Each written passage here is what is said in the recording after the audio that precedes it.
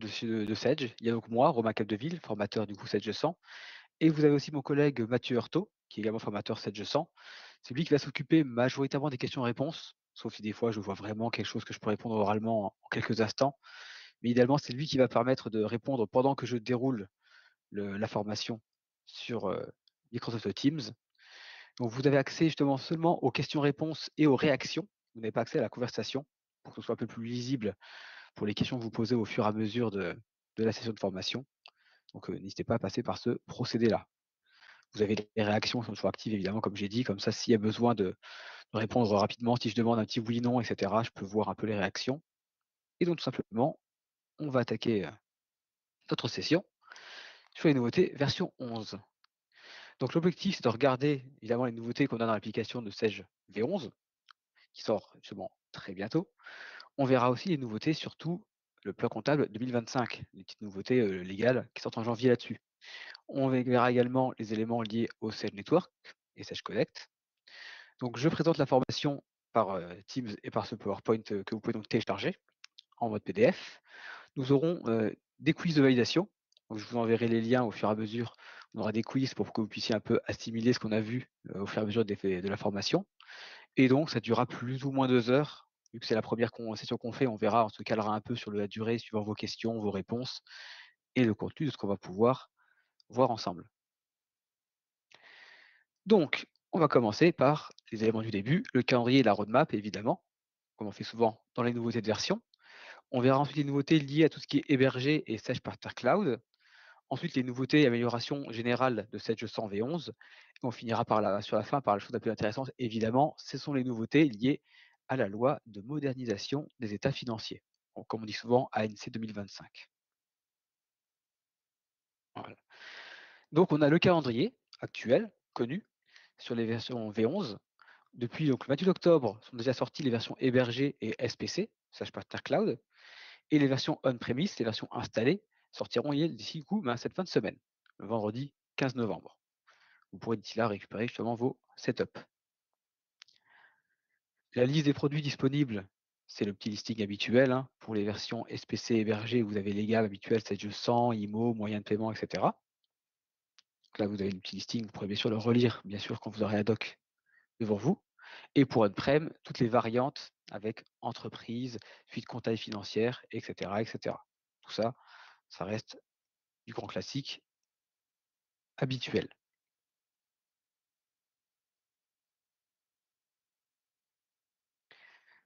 Après cette partie un peu roadmap, on va parler de Sage Network pour faire un petit aperçu de tout ça justement.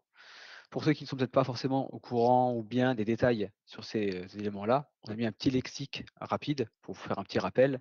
Sage Network, c'est notre du coup PDP, la plateforme dématérialisée partenaire, qui automatisera tous les flux qui vont transférer justement entre clients, fournisseurs, administration.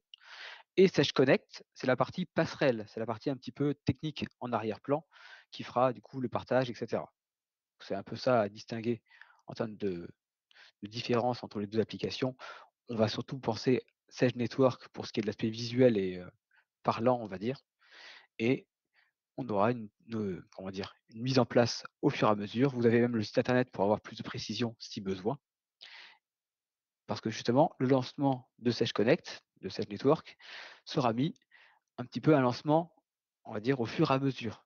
Donc là, c'est une info toute fraîche qu'on peut vous partager, justement, avec un lancement donc, dès novembre 2024, avec une phase de Early Access Adopter, donc, qui sera sur une session de partenaires. Donc en fait, on va précisément, c'est nous qui allons vous contacter, c'est pas vous qui allez venir vers nous, etc. sur ce sujet-là, c'est nous qui allons venir vers vous pour vous contacter là-dessus, suivant les critères que vous avez, top league, multi-établissement, etc., pour que vous puissiez tester un petit peu en interne Sage Network.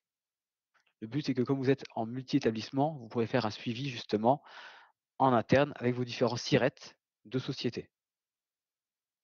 C'est un peu ça le but de commencer par là pour qu'on ait un peu des retours. Le but, c'est que, on va dire qu'il y a un engagement, mais presque. Le but, c'est que vous puissiez nous faire des retours. Tester, ça sera une chose, mais ce qu'on attend vraiment de vous, c'est avoir un suivi et des retours sur les éléments. Comme ça, on peut lancer l'application qui est assez quand même conséquente, qu'un lancement sous contrôle, si on prend vraiment le terme de la diapositive, pour pouvoir justement tester les nouveautés, etc. et le voir notamment un peu grâce à vous. Donc pour la grosse news Sage Network, c'est un petit peu ça. Et au final, courant 2025, on aura un lancement du coup progressif et là, on aura vraiment les différents débuts de documents, des échanges de documents et d'applications Sage et cetera et cetera. Donc tout ça, on a même prévu de faire techniquement une formation sur ce sujet-là, à ce moment-là, plus précise. Parce qu'actuellement, c'est encore un petit peu tôt pour aller plus loin sur le sujet, tout simplement. J'attends de voir s'il n'y a pas eu de questions qui sont arrivées au cas où. Je vois que tout va bien pour l'instant. Donc, on peut continuer sur la suite. Et on va quand même pas vous laisser sur votre faim. On va quand même faire un petit peu de teasing, un petit peu d'infos sur Sage Network quand même. Donc on va vous montrer au moins les param préalables qu'on peut déjà à peu près voir et regarder depuis la V11 tout de suite maintenant, à moins quand vous sera accessible d'ici quelques jours. Et après, on fera une petite démonstration vidéo rapidement. Mais au moins, vous n'êtes pas sur rien du tout. Première chose à savoir, c'est que sur le Sage Network, il va créer un nouveau service. Quand vous installerez la V11 sur les postes, ça va créer un nouveau service appelé Sage Supervisor Service, qui va justement servir à gérer cette synchronisation de flux entre Sage Network et Sage 100. Donc ça installera un nouveau service Windows. Donc ça, vous le verrez bien quand vous installerez la partie serveur notamment de la V11, ça va insérer automatiquement ce petit service Sage Supervisor Service. Déjà, premier petit point un peu technique à voir. Ensuite, ce sera des paramétrages dans l'application. C'est des paramétrages un petit peu typiques qu'on peut voir habituellement pour la plupart d'entre eux, notamment au début dans les paramètres société, où on devra rentrer forcément le numéro de SIRET dans les paramètres de société notification, et aussi le code client Sage dans le paramètre société échange de données et connexion au service Sage. Ces cas existaient déjà auparavant, bien sûr, mais on s'en sert justement pour la facture électronique, évidemment. Avant de faire les synchronisations, parce que là, ce qu'on fait là, c'est pour inscrire la société et faire les synchronisations, on va faire une petite bifurcation sur le Sage Data Clean Control, que vous connaissez depuis du coup la version 10 de Sage 100. Il y a une petite étape qui a été rajoutée, c'est pour mettre en sommeil les tiers non mouvementés, pour éviter que beaucoup de tiers inutiles soient justement synchronisés. Vu que ça synchronise pas mal d'informations de la société, dont les tiers, on préconise de faire cette petite étape intermédiaire avant de synchroniser, de mettre les tiers en sommeil. Donc, évidemment, déjà, on rentre les informations société habituelles. On pense à mettre en sommeil les tiers non mouvementés. Et si à ce moment-là, vous dites, tiens, peut-être que je dois faire un ménage des tiers moi aussi, voir s'il n'y a pas des tiers là-dessus, évidemment, on le fait à cette période-là, justement. Ensuite, avant inscription, on peut faire l'étape de vérification, on va dire. Dans les paramètres société facture électronique, on a juste une petite inscription qui montre bien si on est justement connecté déjà, inscrit sur Sage Network ou pas, histoire de s'assurer qu'on n'est pas sur un dossier qui est déjà référencé. Quand vous offrez un paquet, au moins vous voyez bien le petit visuel si on est référencé. Et enfin, toujours dans les paramètres société, on revient sur l'échange de données Sage Network, nouvel onglet qui a été rajouté justement en bas ici, et on peut du coup faire le bouton inscrire la société. Et là, du coup, ça va faire un petit assistant pour reprendre les infos de société, hein, adresse, SIRET, code TVA, code client Sage, et après on finit l'assistant et ça lance justement l'inscription. Voilà. Je précise bien, on fait l'inscription avec le compte administrateur ou le mail administrateur si on est en SPC, hébergé, etc. Il faut bien qu'on ait un compte typé admin pour pouvoir avoir les droits de faire justement tout ça. Donc après, forcément, l'assistant va travailler et vous aurez une fenêtre disant que félicitations, la société est inscrite sur Sage Network. Donc vous voyez déjà, ces menus-là, c'est vraiment les menus à faire en interne sur les paramètres société, rien de bien méchant, et ça servira à faire l'inscription de la société sur le Sage Network. On a toujours un petit menu qui sert vraiment pour voir un peu comme le journal de traitement dans édition, mais dans traitement, Sage Connect, on aura une visualisation de notification pour justement voir à quelle heure, quand est terminée la synchronisation entre la société nouvellement inscrite et ensuite du coup le synchro avec Sage Network. Pour ça, du coup, une fois qu'on est synchronisé, on peut donc utiliser et faire les envois, etc. Là, on est encore un peu tôt pour tout ça. Je vais vous faire une petite vidéo pour une démonstration justement de quelques minutes d'un procédé par Sage Network où on crée dans la gestion commerciale une facture et ensuite elle est synchronisée et renvoyée sur d'autres sociétés. En gros, le cheminement, le petit cycle de vie d'une facture. Je vais vous lancer la vidéo et c'est là que je vais me rendre compte que je n'ai pas partagé mon écran en partageant le son. Donc attendez, je vais quitter le partage un petit instant. Hop là, je vais refaire le partage et cette fois-ci, je pense bien à cocher d'inclure le son. Voilà, comme ça remarche nickel et je vais lancer la vidéo. N'hésitez pas à faire une petite réaction dans le chat justement si le son marche bien. Je lance la vidéo et je me tais et je vous reprends après. Voyons ensemble les différentes étapes d'émission puis ensuite de réception des factures via Sage Connect. Pour cela, j'ai créé ma facture et je vais devoir donc envoyer cette facture directement dans notre Sage Connect. Pour cela, vous avez soit le bouton transmettre Sage Connect. Je mets juste pause à l'instant, j'aimerais savoir si le son vous l'entendez bien, vu que j'ai pas eu de réaction, si ça marchait ou pas. Je veux juste m'assurer que le son est OK. Oui, Romain, c'est bon, on a bien OK, le temps est bon, passé. Tout marche nickel, bien. parfait, parfait, merci bien. Qui permettra de transmettre directement notre facture à Sage Connect. Ou alors, vous pouvez passer de manière un peu plus automatique via le menu Traitement, Sage Connect et Transmission des factures clients. La transmission nous demandera un modèle si vous n'en avez pas mis au niveau de votre client. Et ça permettra donc d'envoyer notre facture.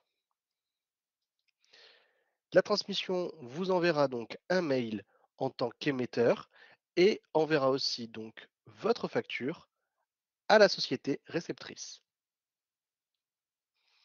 La facture ainsi envoyée se retrouvera donc dans Sage Connect dans la partie Transactions de la société émettrice. Du côté de la société réceptrice, vous retrouverez donc votre facture au niveau de votre boîte de réception, tout simplement pour accepter et approuver la récupération de cette facture. Donc ici, je vais donc approuver. Vous pouvez bien entendu refuser en disant non, ça ne me convient pas. Donc ici, j'approuve et automatiquement, ce document-là se retrouvera au niveau de vos transactions des factures fournisseurs.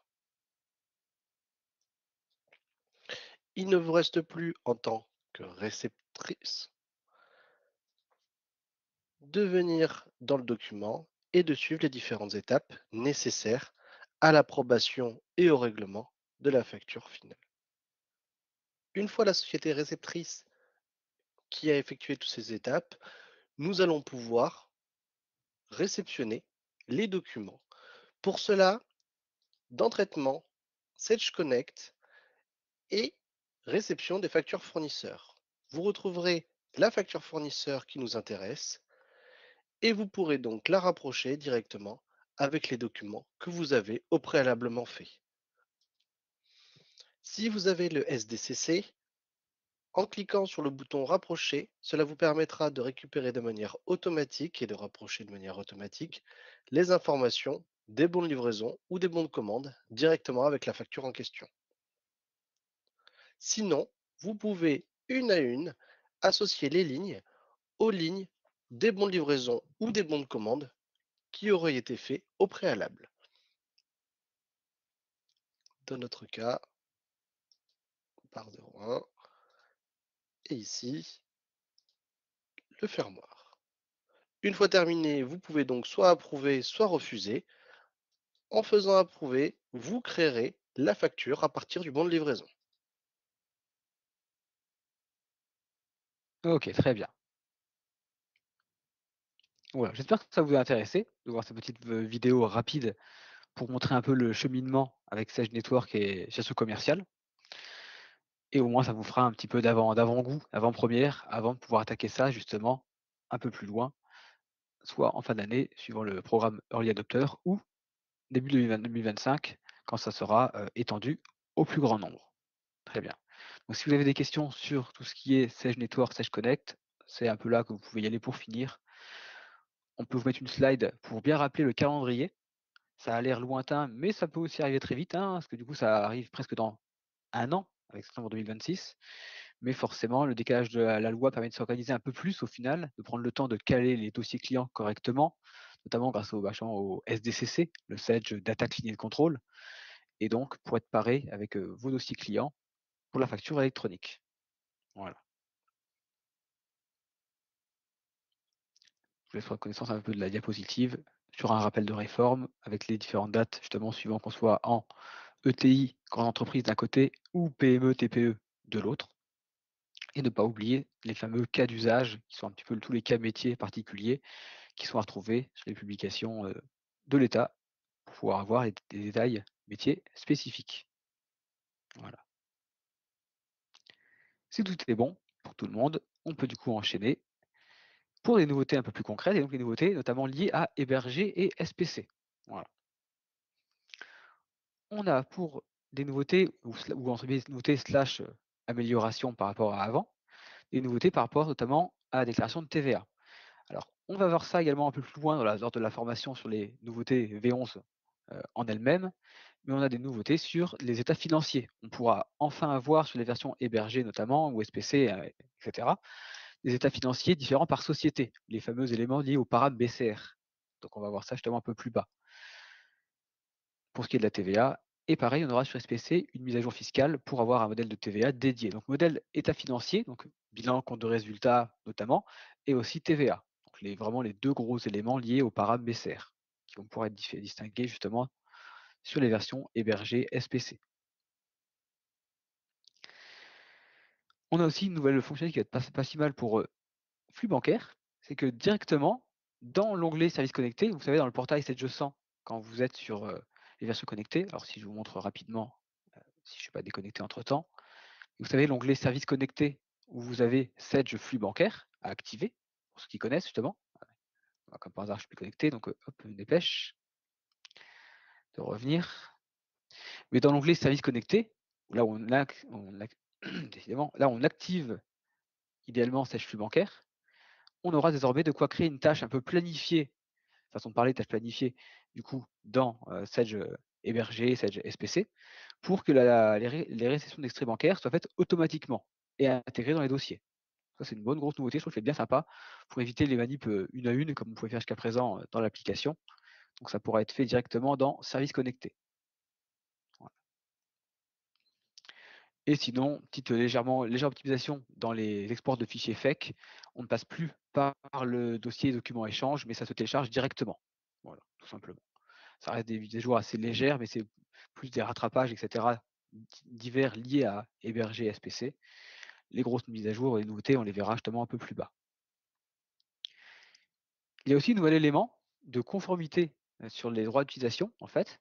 C'est qu'auparavant, il y avait, et presque étonnamment, pas de contrôle réel automatisé quand vous mettez des droits à vos clients entre l'offre en gros souscrite et l'offre configurée. C'est-à-dire que vous pouviez mettre à votre client plus de droits qu'il en avait, ou même moins, et ce n'était pas vraiment contrôlé. Donc désormais, pour le lancement de la V11, on a mis en place des contrôles sur tous ces éléments-là, grosso modo, pour éviter les écarts de facturation, etc., de manière générale. C'est-à-dire que tout ce qui est statut actif, si le client est désabonné ou encore abonné, les différents modules et options que vous avez souscrits, la date de fin de contrat, évidemment, pour que ça s'arrête évidemment au bon moment de la fin de contrat. Pareil, le nombre d'utilisateurs que vous avez pu créer dedans et l'usage avec, je crois, c'est la volumétrie en termes de gigas de la VM, par exemple, sur SPC. Donc, vous avez des contrôles qui sont désormais là-dessus. On a un lien fiche base de connaissances. Si tu peux l'avoir sous le coude, Mathieu, de l'envoyer dans la question-réponse pour que tout le monde puisse avoir le petit lien sous le coude s'il y a besoin.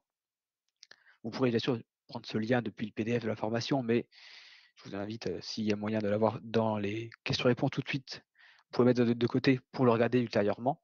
Je peux même vous montrer un petit peu, hop, la fiche au moins visuellement, qui explique beaucoup plus de choses que cette simple diapo de résumé, on va dire. Bon, c'est une fiche qui est évidemment seulement pour vos yeux, bien sûr. Et du coup, au moins, on a tout le détail, tous les éléments de contrôle par rapport à ce que vous pouvez mettre comme offre, souscrite, etc.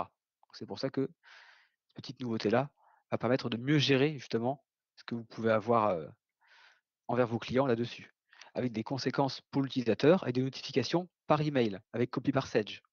Donc au moins, vous avez une notification à vous en tant que partenaire, copie à Sedge, ensuite notification de l'utilisateur dans le portail Sedge et information de blocage à J+30 si ce n'est pas régularisé entre-temps. Et après, il y aura des limitations d'accès, tout simplement. Pour donner un peu l'exemple du genre de mail que vous pourrez recevoir, ça sera un mail automatique de Sage où on vous l'envoie: «Cher partenaire», et on vous met bien les incohérences détectées. Comptabilité, nombre d'utilisateurs supérieur à 3 au lieu de 2 inscrits par exemple, ou autre élément faisant, maintenant l'objet d'un contrôle sur les versions hébergées et SPC. Vraiment pour éviter justement que vous ayez des soucis, de manière générale. On a quelques cas d'usage que je vais, vous paraphraser plus ou moins, mais, vous pourrez les relire évidemment ultérieurement. Évidemment, ça comment dire? Les messages d'erreur sont très explicites évidemment. On va pas vous mettre des choses très compliquées. Là, notamment, si on dépasse son nombre d'utilisateurs, forcément, on va le limiter depuis l'onglet «Permissions», par exemple. Si on n'a pas la licence, et bah, forcément, il faudra souscrire à l'application concernée ou l'enlever si vraiment, il n'avait jamais été, normalement, dû l'utiliser. Et pour les contrats qui expirent, forcément, il faut resouscrire également à l'offre concernée. Bon, je vois que là, il y a pas mal de questions qui arrivent sur le sujet. Je laisse Mathieu, s'en charger. S'il y a besoin, Mathieu, tu me dis, que je regarde, un peu plus les questions, s'il y a moyen de résoudre un peu tout ça. Je vais laisser quelques instants pour que les questions puissent être posées ou être répondues, vu qu'on est sur un sujet apparemment un peu plus motivant sur les questions, je vois.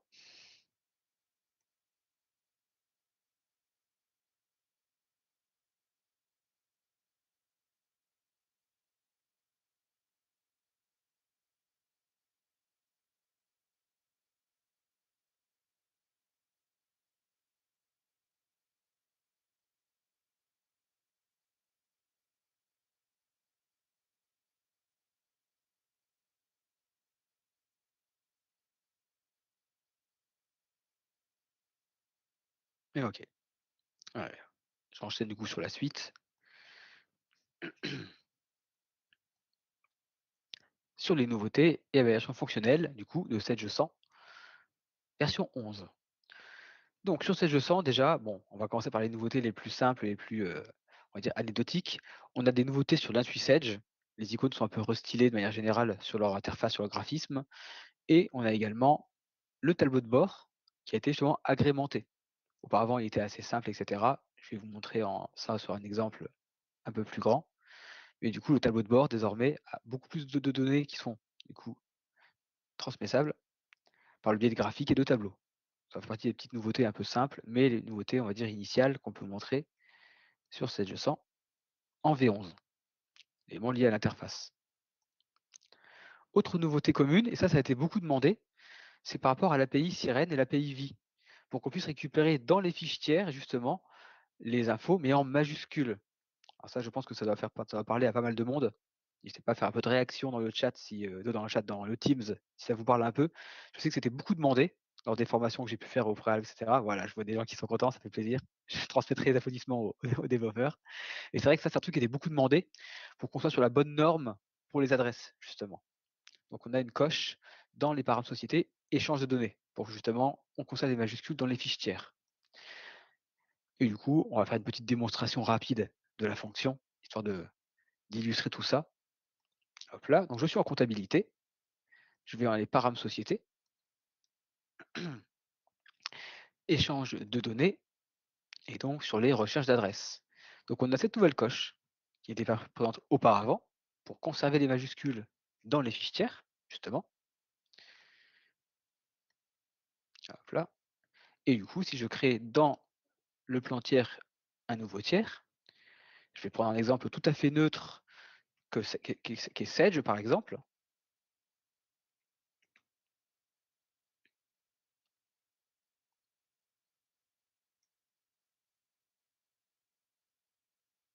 Voilà, un client Sage. Et je vais mettre simplement une info un peu succincte pour l'aider quand même un minimum, c'est le code postal de Sage. Je vais prendre le site de Metz, vu que c'est le site où je suis situé. Au moins, je sais très bien le retrouver ici. Donc là, j'ai tapé juste le code postal et la ville, et tout est en minuscule et tout, je n'ai pas mis d'adresse. Et quand je recherche, alors je n'ai pas vérifié s'il était activé mon service, mais normalement, je crois qu'il était bien activé. Il va me chercher, voilà, et il me trouve dans le résultat de la recherche la société Sage, entre autres, bien sûr, parce que la recherche était assez succincte vu que j'ai juste mis Sage sans mettre plus d'éléments. Je valide la recherche et il me corrige tout bien comme il faut. Il met la rue en majuscule et la ville également en majuscule. Donc comme ça maintenant désormais, quand on utilise les API justement Sirène, il va nous mettre tout correctement en majuscule. Petite nouveauté, mais elle était assez demandée et au moins pour les normes, postales et cetera, on est carré là-dessus. Voilà. Bon, je vois juste une petite question qui a popé sur les tableaux de bord personnalisables. En effet, c'est un élément qu'on aimerait un jour avoir. Pour l'instant, le tableau de bord, c'est vrai qu'ils sont agrémentés, mais on a encore pour l'instant l'élément qui est, heu, imposé, on va dire. Bref, j'avance, je m'occupe pas des questions. Également, petite nouveauté, c'est que dans le menu de sauvegarde fiscale donnée, que vous connaissez bien pour les clôtures comment dire, de journaux, opérations périodiques, opérations annuelles, on peut désormais avoir un bouton pour visualiser en fait l'espace de stockage. C'est-à-dire qu'en fait, là, si on prend une version on-prem, par exemple, en faisant visualiser, il va ouvrir le dossier des programmes data, Sage, archivage, le dossier qui est par défaut. Donc maintenant, on a un petit bouton ici pour pouvoir au moins ouvrir tout de suite le chemin où va être rangée la future, archive et cetera. Ça évite que vous ayez à la main vous-même à y aller, si vous n'avez pas changé le chemin par défaut, que vous ne voulez pas, farfouiller en programme data et cetera. On a un bouton pour retrouver le répertoire de stockage et si on est carrément synchronisé avec le stockage Office 365, il ouvrira la page du stockage Office 365. Voilà, petite mise à jour au moins de praticité au niveau de la sauvegarde fiscale des données.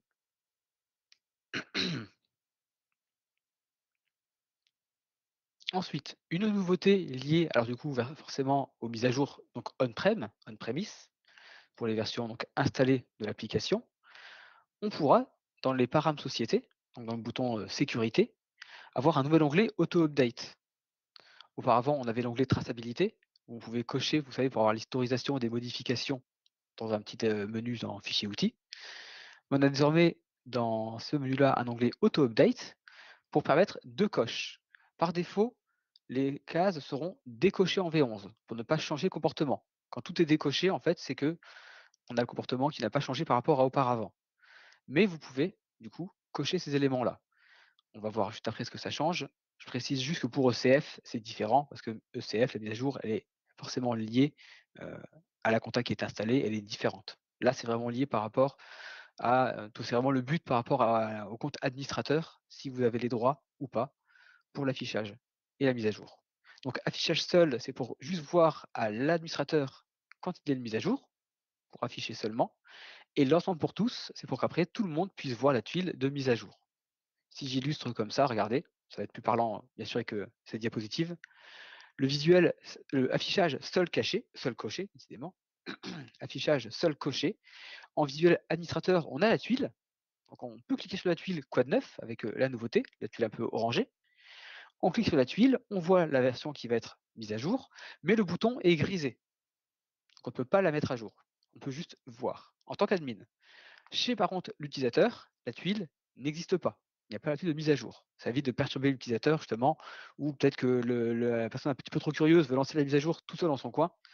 Là au moins, ce n'est pas visible pour l'utilisateur. Avec la coche du coup affichage seul coché. Et quand c'est le lancement pour tous qui est coché, là par contre, c'est le comportement habituel. Tout le monde voit la tuile de mise à jour, et tout le monde peut lancer la mise à jour. Ni plus ni moins. Mais ça permet au moins d'avoir un contrôle et de ne plus avoir des utilisateurs qui vont peut-être lancer des mises à jour heu, par erreur, trop tôt, et cetera. Quand ils voient la tuile bien colorée qui donne envie de cliquer dessus, au moins ça évite que pour les users lambda, ils puissent l'utiliser de manière incorrecte et donc gêner forcément les administrateurs logiciels. Une petite nouveauté en version on-premise. Également, une petite nouveauté, bon, c'est pour illustrer un petit peu sur la diapositive, mais désormais avec la maintenance, les temps de conversion de base sont très réduites.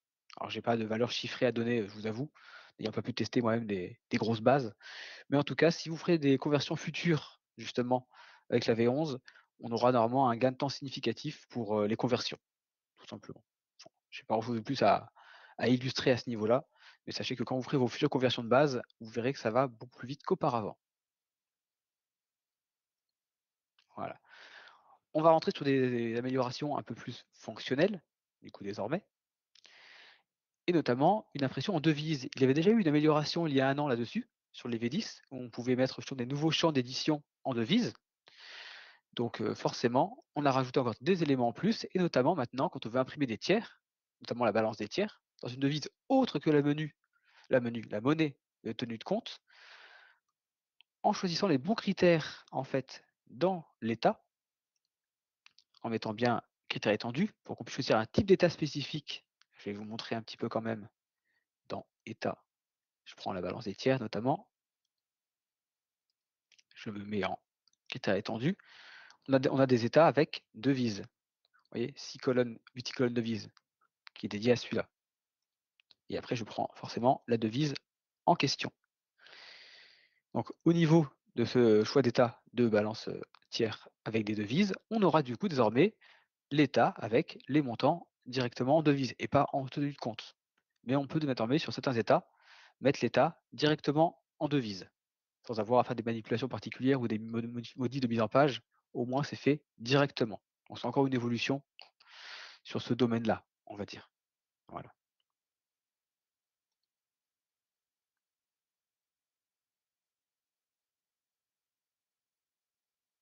Également, une autre nouveauté, bon, un petit peu d'affichage, c'est le solde progressif en interrogation générale. Ça a été mis auparavant que sur l'interrogation tiers. En effet, si vous avez un peu le souvenir de tout cela, on pouvait l'avoir, le solde progressif, que dans l'interrogation tiers, et ils l'ont désormais étendu à l'interrogation générale. Comme ça, au moins, le menu, la fonction est complète, on va dire, sur les 2 menus principaux. On a le solde progressif pour des tiers, dans l'interrogation tiers, et le solde progressif pour des comptes généraux, dans l'interrogation générale. Voilà. Comme ça c'est demandé, notamment sur les comptes de TVA, que beaucoup de clients, justement, aiment bien pouvoir suivre en interrogation générale. Donc désormais, on a le solde progressif qui est également affiché dans ce menu-là. Ça permet d'avoir les 2 de fait. Autre nouveauté, et pareil, c'était une nouveauté qui était beaucoup demandée, notamment en Customer Voice, c'est la modif en rafale des infos sur une écriture. C'est que pour éviter les erreurs, par défaut, quand on modifie une info et qu'on valide l'écriture, le curseur, le bouton plutôt, est mis sur non. Alors ça a l'air un peu étrange de raconter ça comme ça, mais dans le Customer Voice, je vous avoue, beaucoup de gens se plaignaient qu'on ne peut pas annuler la modif format parce que des fois ils se trompaient, ils tapaient un mauvais libellé ou ils se trompaient quelque part, et quand ils validaient, bah, ils faisaient pas attention, ils lisaient pas ou ils cliquaient trop vite, et ça passait la modification sur toutes les lignes. Et donc vous avez une écriture qui faisait 3 lignes, quelqu'un ripait sur le libellé ou sur une case quelconque, il validait sans faire exprès, il ne lisait pas, il revalidait sans faire exprès. Bon, ça fait beaucoup de sans faire exprès et de valider sans vraiment lire, mais ça arrivait, les erreurs évidemment. Et en fait, la solution a été trouvée de manière assez simple, parce que c'était proposé par les Customer Voice, c'est de mettre le bouton en non. Vu que de toute façon, on ne peut pas annuler une modification de saisie dans l'application, la solution la plus simple à avoir mis, c'est de mettre le bouton non par défaut. Je ne sais pas si ça vous parle à vous. N'hésitez pas à faire une petite réaction si ça vous dit quelque chose un peu ça, parce que comme ça a été beaucoup mis en Customer Voice, je serais curieux de voir si vous êtes pas mal à réagir ou pas sur ce genre de sujet. Juste pour l'aspect un peu sondage, j'en vois quelques-uns qui le font. Mais en effet, c'était une demande Customer Voice, et vu qu'on ne peut pas annuler une modification, c'est comme quand on fait une saisie, une fois que c'est saisi hein, dans l'application, ils ont mis du coup le bouton en non pour au moins éviter les erreurs d'inattention. Voilà. On pense à, on pense à tout, enfin, à tout. On pense au moins de temps en temps aux choses pas forcément logiques, mais au moins comme c'est une erreur, elle peut être évitée en mettant le bouton non là-dessus. De toute façon, vous remarquez jusqu'à présent, c'est beaucoup de petites nouveautés liées à des Customer Voice, etc.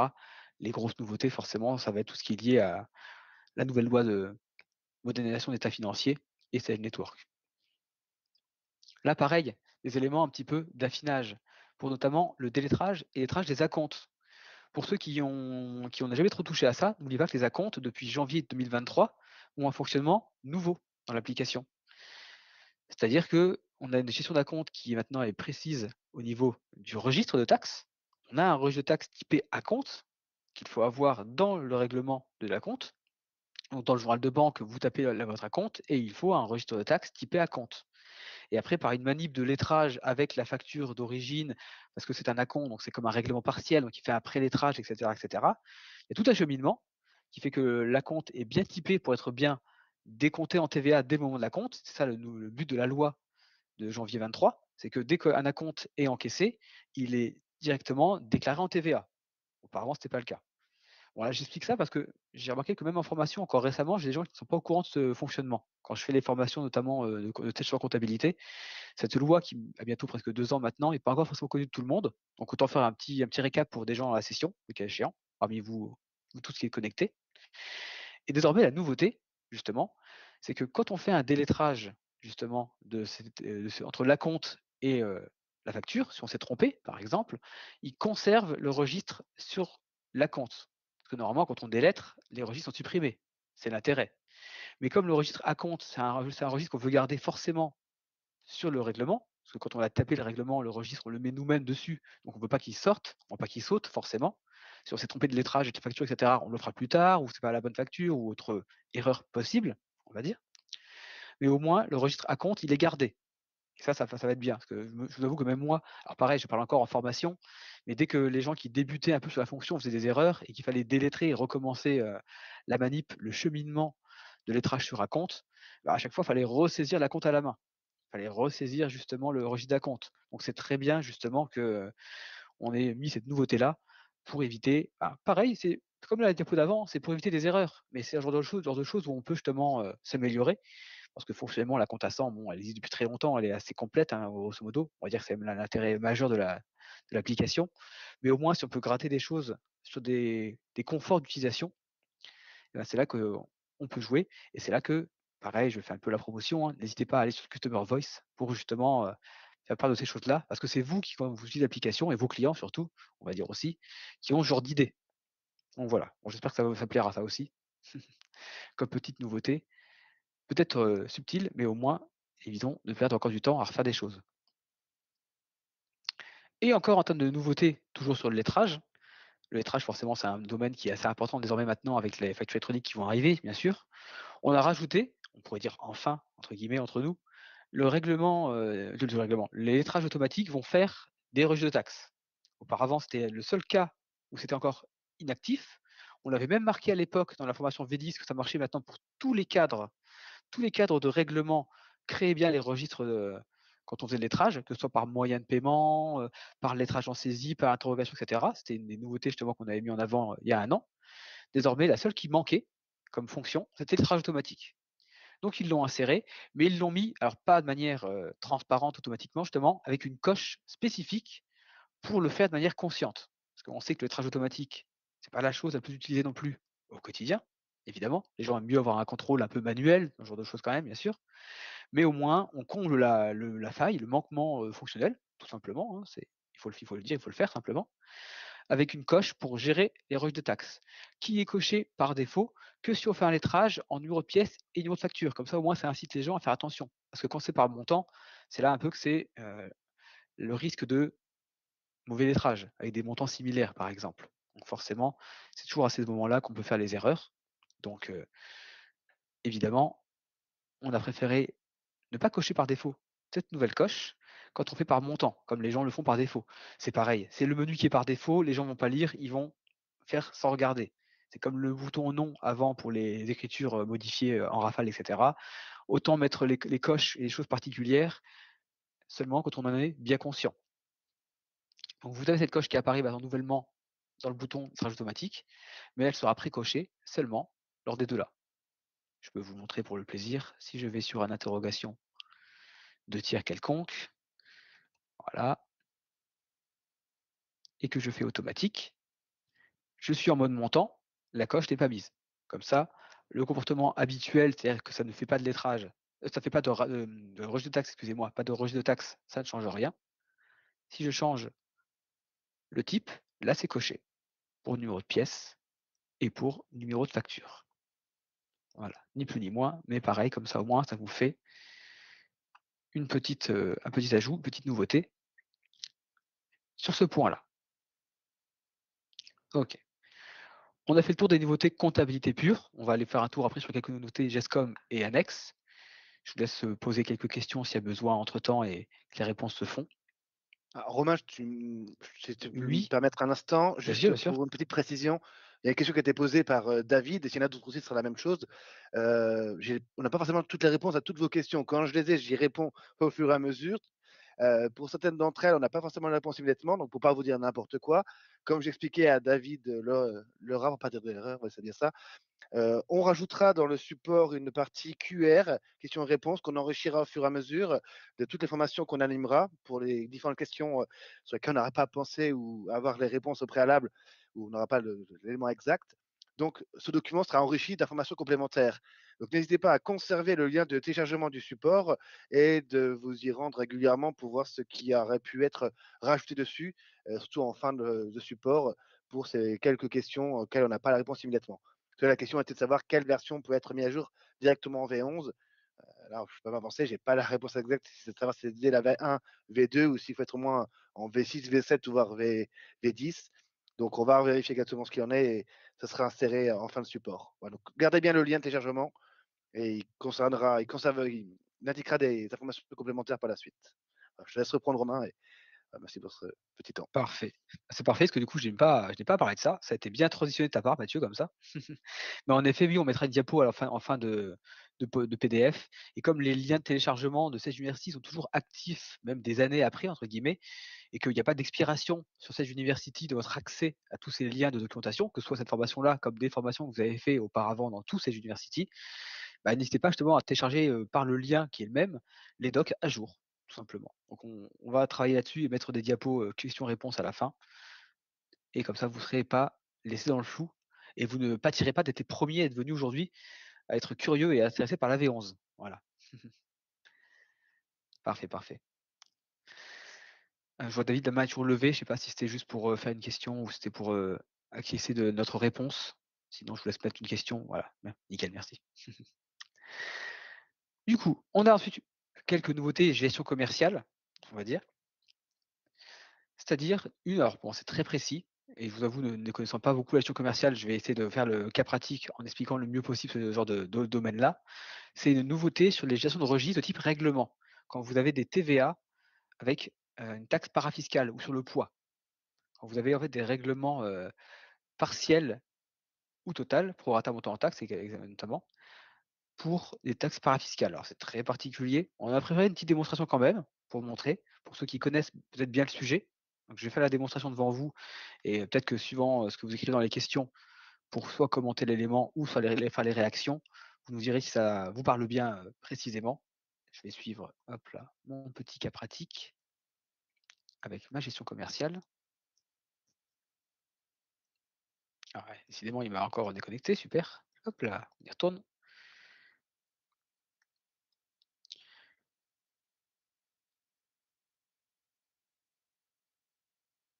Mais voilà, on va attendre qu'il charge la page. On va aller sur la gestion commerciale. Vous voyez que je suis sur un SPC justement, petite différence par rapport à d'habitude. Hop là.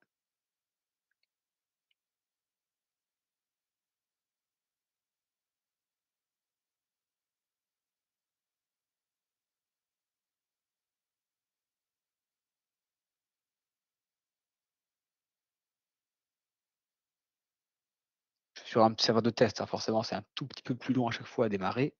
Voilà, c'est une version qu'on a entre nous en interne. Donc, on va prendre le cas, justement, je prends un article et je vais prendre le shower 42 que j'ai préparé en amont.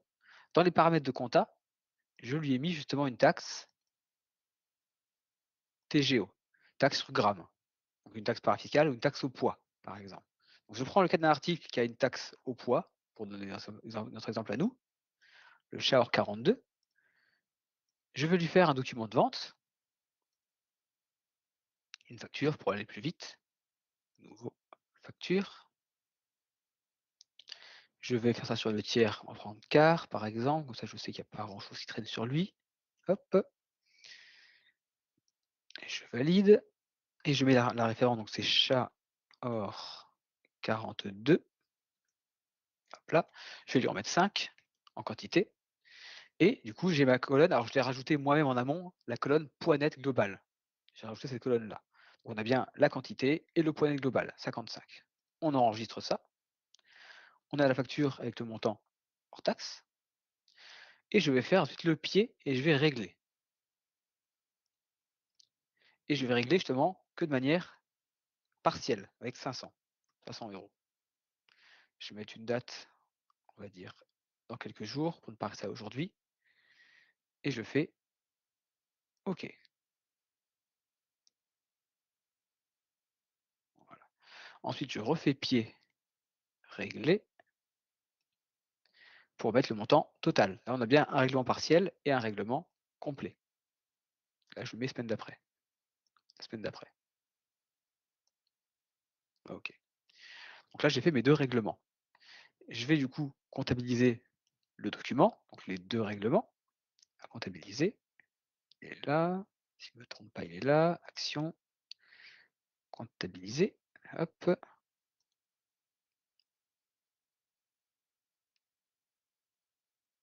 Voilà. Et maintenant, si je vais en compta, la finalité de tout ça, pour dire ça de manière un peu peut-être grossière, c'est que ça marche désormais. Auparavant, quand on faisait ce genre de choses, le registre était assez faux. On a testé avec une V10 quand on s'est mis à découvrir ces nouveautés, entre consultants, sur 7G100 et en fait, tout simplement, les registres qu'ils mettaient auparavant étaient vraiment tout simplement faux. Ils n'étaient pas, correctement mis, par rapport aux parcelles et cetera. Donc désormais maintenant, les registres sont corrects.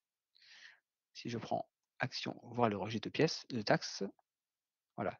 On a les 2 registres avec la quantité et la base taxable plus montant de taxe, en fait, ça comprend bien les montants qu'on règle, si je dois résumer ça grossièrement. Alors ça parlera peut-être plus aux experts de ce genre de taxes sur la gestion commerciale, mais en tout cas, auparavant, ça marchait de manière, simplement fausse, pour être, basique. Ça n'additionnait pas bien les bons, éléments entre les 2 registres de taxes et désormais, ça fonctionne correctement entre la TVA et l'élément de taxe, donc la taxe gramme hors, taxe sur le poids, avec l'unité justement de poids, la base taxable et le montant taxe. Là, vous remarquez bien qu'avec ça, ça fait bien les 500 € additionnés du règlement en question et le 20 plus le 6 et quelques, ça fait bien le taux avec le grammage de l'or, en fait. Et auparavant, ça mixait un peu les montants entre les 2 lignes, ça n'allait pas correctement. Donc tout simplement, désormais, maintenant, les registres de taxes sont corrects avec le fonctionnement, le cas pratique de règlement avec taxe, parafiscale ou taxe sur le poids. Alors je ne sais pas si ça parle beaucoup. N'hésitez pas à mettre une petite réaction si ça vous parle. Est-ce que certains d'entre vous parmi les inscrits, ont déjà eu affaire aux taxes parafiscales, aux taxes sur le poids et que ça leur parlait peut-être qu'auparavant les registres étaient incorrects, mais désormais il y a ça qui est changé. Je vois qu'il y a une réponse, il y a une personne motivée qui ça parle, c'est parfait, ça rassure. On fait pas ces choses-là pour rien, surtout qu'à l'époque elle était «incorrecte» entre guillemets, donc c'est bien. C'est que pour ceux qui font la gestion commerciale et qui gèrent justement les taxes de ce type-là, désormais simplement, ça met bien le registre de taxes, ni plus ni moins. Sinon, en GESCOM, pas de grosses autres nouveautés, à part une intégration GPAO, un peu meilleure. Alors là, je paraphrase, parce que je ne connais pas beaucoup plus la GPAO non plus, on va dire. C'est pour réentrer un stock de rentrer un stock à un numéro de série existant sur les bons de fabrication. On peut mettre un numéro de série existant. Avant, on devait forcément l'incrémenter, j'imagine. Maintenant, on peut mettre un numéro existant. Voilà, pareil, ça parlera peut-être beaucoup plus aux personnes liées à la GPAO. Et en termes de nouveautés, 7G100, on a ensuite 2 diapositives des nouveautés objet métier et GPAO. C'est pareil, c'est du listing, je ne vais pas vous paraphraser. Vous pourrez les relire ultérieurement, dans le lien de la doc qu'on a fourni. Donc n'hésitez pas justement, mon collègue Mathieu l'avait fourni très tôt dans la session. N'hésitez pas à redérouler les questions, anciennement, posées pour le retrouver. Sinon, au pire, on s'amusera à vous le remettre en toute fin de session pour que ce soit plus facile à retrouver pour vous. Mais n'hésitez pas à lire ces éléments-là. J'ai aussi mis en lien exprès la KB sur les nouveautés objets métiers. Je ne sais pas si elle a été mise à jour avec la V11 déjà, mais au moins j'ai mis la KB générale. Donc si vous allez sur le lien de la KB, vous avez cette fameuse KB que peut-être vous connaissez déjà, où on peut choper les liens des mises à jour objets métiers au fur et à mesure. Et forcément, quand ce sera à jour, vous aurez la V11 dedans. Donc au moins le lien que j'ai mis là-dedans, il permet d'être polyvalent dans la durée. Donc je ne paraphrase pas tout ça. Vous aurez de quoi le lire de votre côté. Et pour la GPAO, même principe, le petit listing de nouveautés. Je vais rester sur l'écran quelques instants pour ne pas non plus frustrer nos personnes qui connaissent la GPAO sur la session. si ça parle un petit peu, ce genre de nouveauté. Voilà.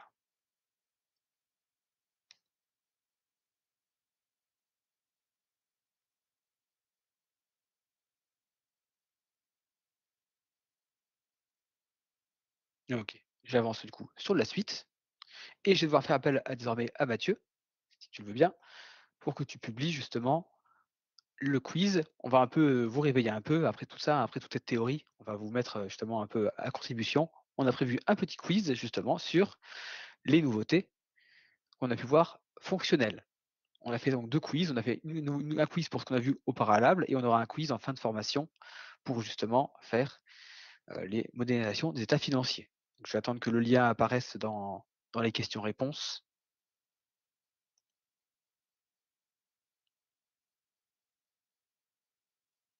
S'il y a le moindre souci, Mathieu, tu prends la parole et je peux le copier-coller moi directement, mais normalement je te laisse le mettre. Le lien publié, c'est bon, il est dans la Ah partie d'accord, ah d'accord, questions-réponses. ah d'accord, je le vois pas et ça s'est pas mis à jour chez moi Il faut encore. actualiser par moment, ça s'affiche pas toujours correctement, oui. Ah, c'est pour ça. Et bien dans ce cas, je vous laisse, faire ça de votre côté en autonomie. Je vais attendre qu'environ la moitié des inscrits, grosso modo, aient répondu. Donc je mets pas non plus de temps limité, on va dire. Je vais prendre ma feuille, sur, justement les nouveautés, V11 et voir qui a pu répondre justement, au quiz et ensuite comme ça, on va pouvoir faire quelques corrections pour assimiler ce qui a été fait. Je vais même me permettre de vous partager en écran justement la petite page de réponse, comme ça on peut voir l'avancement des gens qui répondent et comme ça quand je vois que comme vous êtes environ une quarantaine de connectés, on va attendre qu'une 20-25 personnes aient répondu grosso modo avant de faire la correction. Je vous laisse tranquille, je vous laisse faire le petit quiz et on se dit à dans quelques instants.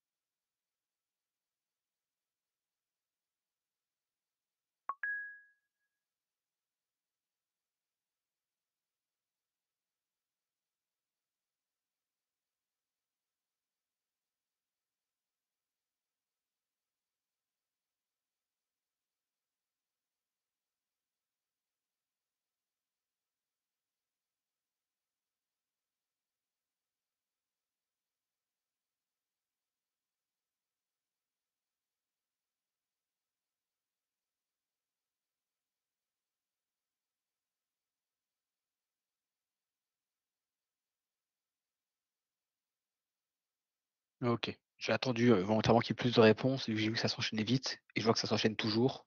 Bon, dans ce cas, je vais encore attendre un tout petit peu. Vous êtes assez motivés, par rapport au nombre d'inscrits, il y a les questions. Donc je vais encore attendre, peut-être que vous soyez, allez, 35, 36, 37 à avoir répondu peut-être et je vais enchaîner après.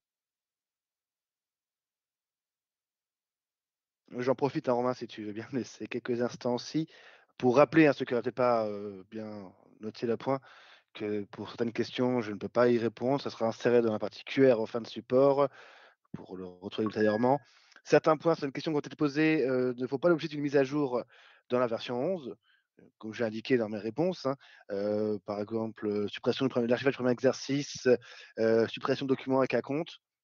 Je ferai quand même remonter ces points-là pour voir s'il y a des réponses, si c'est considéré comme une anomalie ou quoi, et s'il y a des éléments, pertinents à vous donner, en complément sur ces questions-là également, ça sera également rajouté dans le support aussi, hein. Donc, dans tous les cas, dès qu'il y a des points sur lesquels vous posez des questions, sur lesquelles les réponses sont pas forcément celles attendues, on reprendra les informations et on complétera dans le support également.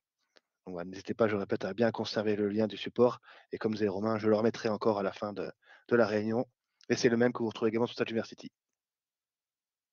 OK, parfait. Eh bien, comme ça va laisser le temps à une personne de plus de répondre, je vois entre-temps. Du coup, je pense qu'on va enchaîner sur la correction, de suite. Hop là. Du coup, ah bah 34 sur 34, quelqu'un a répondu encore une fois. Bon, désolé pour ceux qui ont pas fini désormais, je vais commencer la correction. Bon, évidemment, on a mis des questions qui sont techniquement assez simples parce que comme on est sur un format en grand nombre, un peu en web séminaire, on se doute bien que, on ne peut pas retenir tout ce qu'on peut voir et des cas pratiques et cetera. Donc on a mis des choses vraiment pour valider un peu la compréhension, voire, faire des rappels comme ça. Donc la nouveauté, quelle est la nouveauté liée aux API Sirène et API Vi? Donc c'est la fameuse conservation des majuscules dans les fiches tiers. C'est ça qui est la nouveauté qui a été mise justement, sur les API Sirène et Vi. Le fait qu'on puisse cocher la majuscule dans les paramètres société et qu'on puisse retrouver la bonne norme désormais dans les adresses des fiches tiers. Très bien, ça a été répondu majoritairement. Ensuite, dans quel menu peut-on désormais visualiser le répertoire des archives? Donc les archives, avec le mot archive, justement, c'est par rapport au menu de sauvegarde fiscale des données, justement. Je ne sais pas si je peux vous montrer ça précisément dans les versions on-prem. Si, normalement, ça devrait exister quand même. Hop, voilà, le bouton visualiser dans le menu donc de sauvegarde fiscale des données. Ce qui est assez logique vu que c'est lié à l'emplacement de sauvegarde de ce genre de choses. Hop là, je fais des réponses en plus, c'est très bien. Ça montre votre intérêt, votre motivation. Ensuite, nouveauté auto-update. Alors là, oui, c'est un peu plus difficile parce que forcément, vous n'avez pas forcément le PDF devant les yeux et c'est quelque chose qui n'est pas forcément faisable tout le temps, hein. Les mises à jour, on les fait de temps en temps, évidemment. La nouveauté auto-update qui fait la coche affichage seul, elle permet aux administrateurs de juste voir quand la mise à jour est disponible. C'est pas de faire apparaître les mises à jour sur tous les profils. Bon, la question est faite exprès pour un peu piéger. Le fait que j'ai mis affichage seul et que je parle de faire apparaître une tuile, c'était un peu le petit piège, vite fait. Mais l'affichage seul, c'est pas pour faire apparaître la tuile de mise à jour sur tous les profils. C'est pour que la tuile seulement soit visible pour les administrateurs. Voilà, affichage seul, ça marche que pour les admins, pas pour les autres comptes. Si on doit résumer la correction comme ça, affichage seul, c'est pour que seuls les administrateurs puissent voir la mise à jour. Mais ils ne peuvent pas la faire. C'est en mettant la coche ensuite le lancement pour tous qu'on pourra faire la mise à jour. Mais l'affichage seul, c'est pour juste montrer à l'admin, ou du moins à un compte admin, s'il y a plusieurs comptes administrateurs évidemment, qu'une mise à jour est disponible, mais sans autoriser forcément l'installation. Voilà. Et justement, j'ai fait la question miroir quand c'était le lancement pour tous, justement. Et là, on voit bien que quand les gens ont répondu, il y a pas la réponse miroir 100%. Donc si la réponse n'est pas miroir, c'est peut-être que vous vous êtes rendu compte que ce n'était pas forcément la même réponse entre les deux. Donc forcément, quand c'est le lancement pour tous, c'est pour qu'elle apparaisse sur tous les types de profils. Parfait. La petite question, pour éditer une balance des tiers en devise, alors oui par défaut ou oui avec un type d'état en devise, c'est avec un type d'état en devise, justement. Je vais vous montrer spécifiquement le menu en question. C'est quand on prend dans état, état tiers par exemple, balance des tiers, et que là par défaut, oui, si c'était par défaut, ça pourrait marcher, en effet. Mais c'est pas par défaut que ça se fait, il faut prendre un état devise. Et pour ça, du coup, il faut passer par les critères étendus, forcément, et mettre le type d'état en colonne devise. Et en mettant bien sûr la devise en question. C'est les 3 réglages-là. J'avais mis, justement dans la documentation, PDF que vous pouvez télécharger, des petits rectangles verts pour bien illustrer ça. Il faut passer en critères étendus, mettre le type d'état en colonne de vie, donc un type d'état avec la devise en question. C'est bien ça. Oui, avec un type d'état en devise.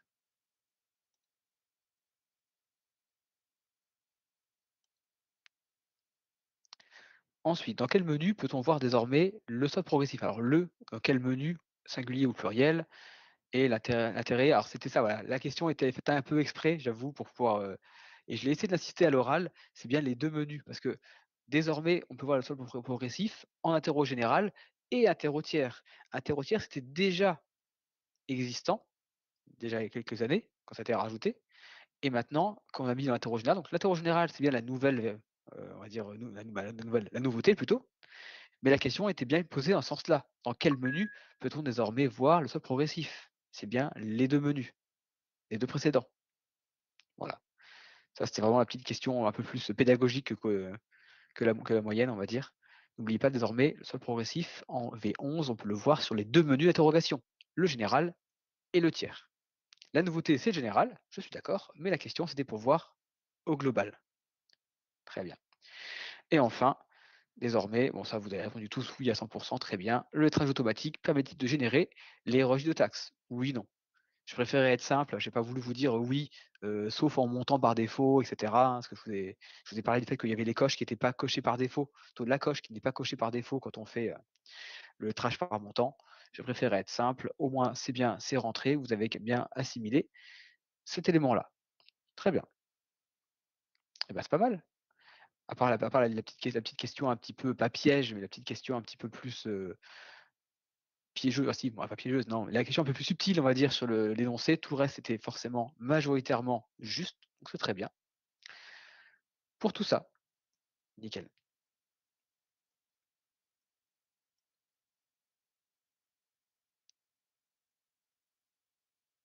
Hop là, je me remets juste mes menus pour le prochain quiz.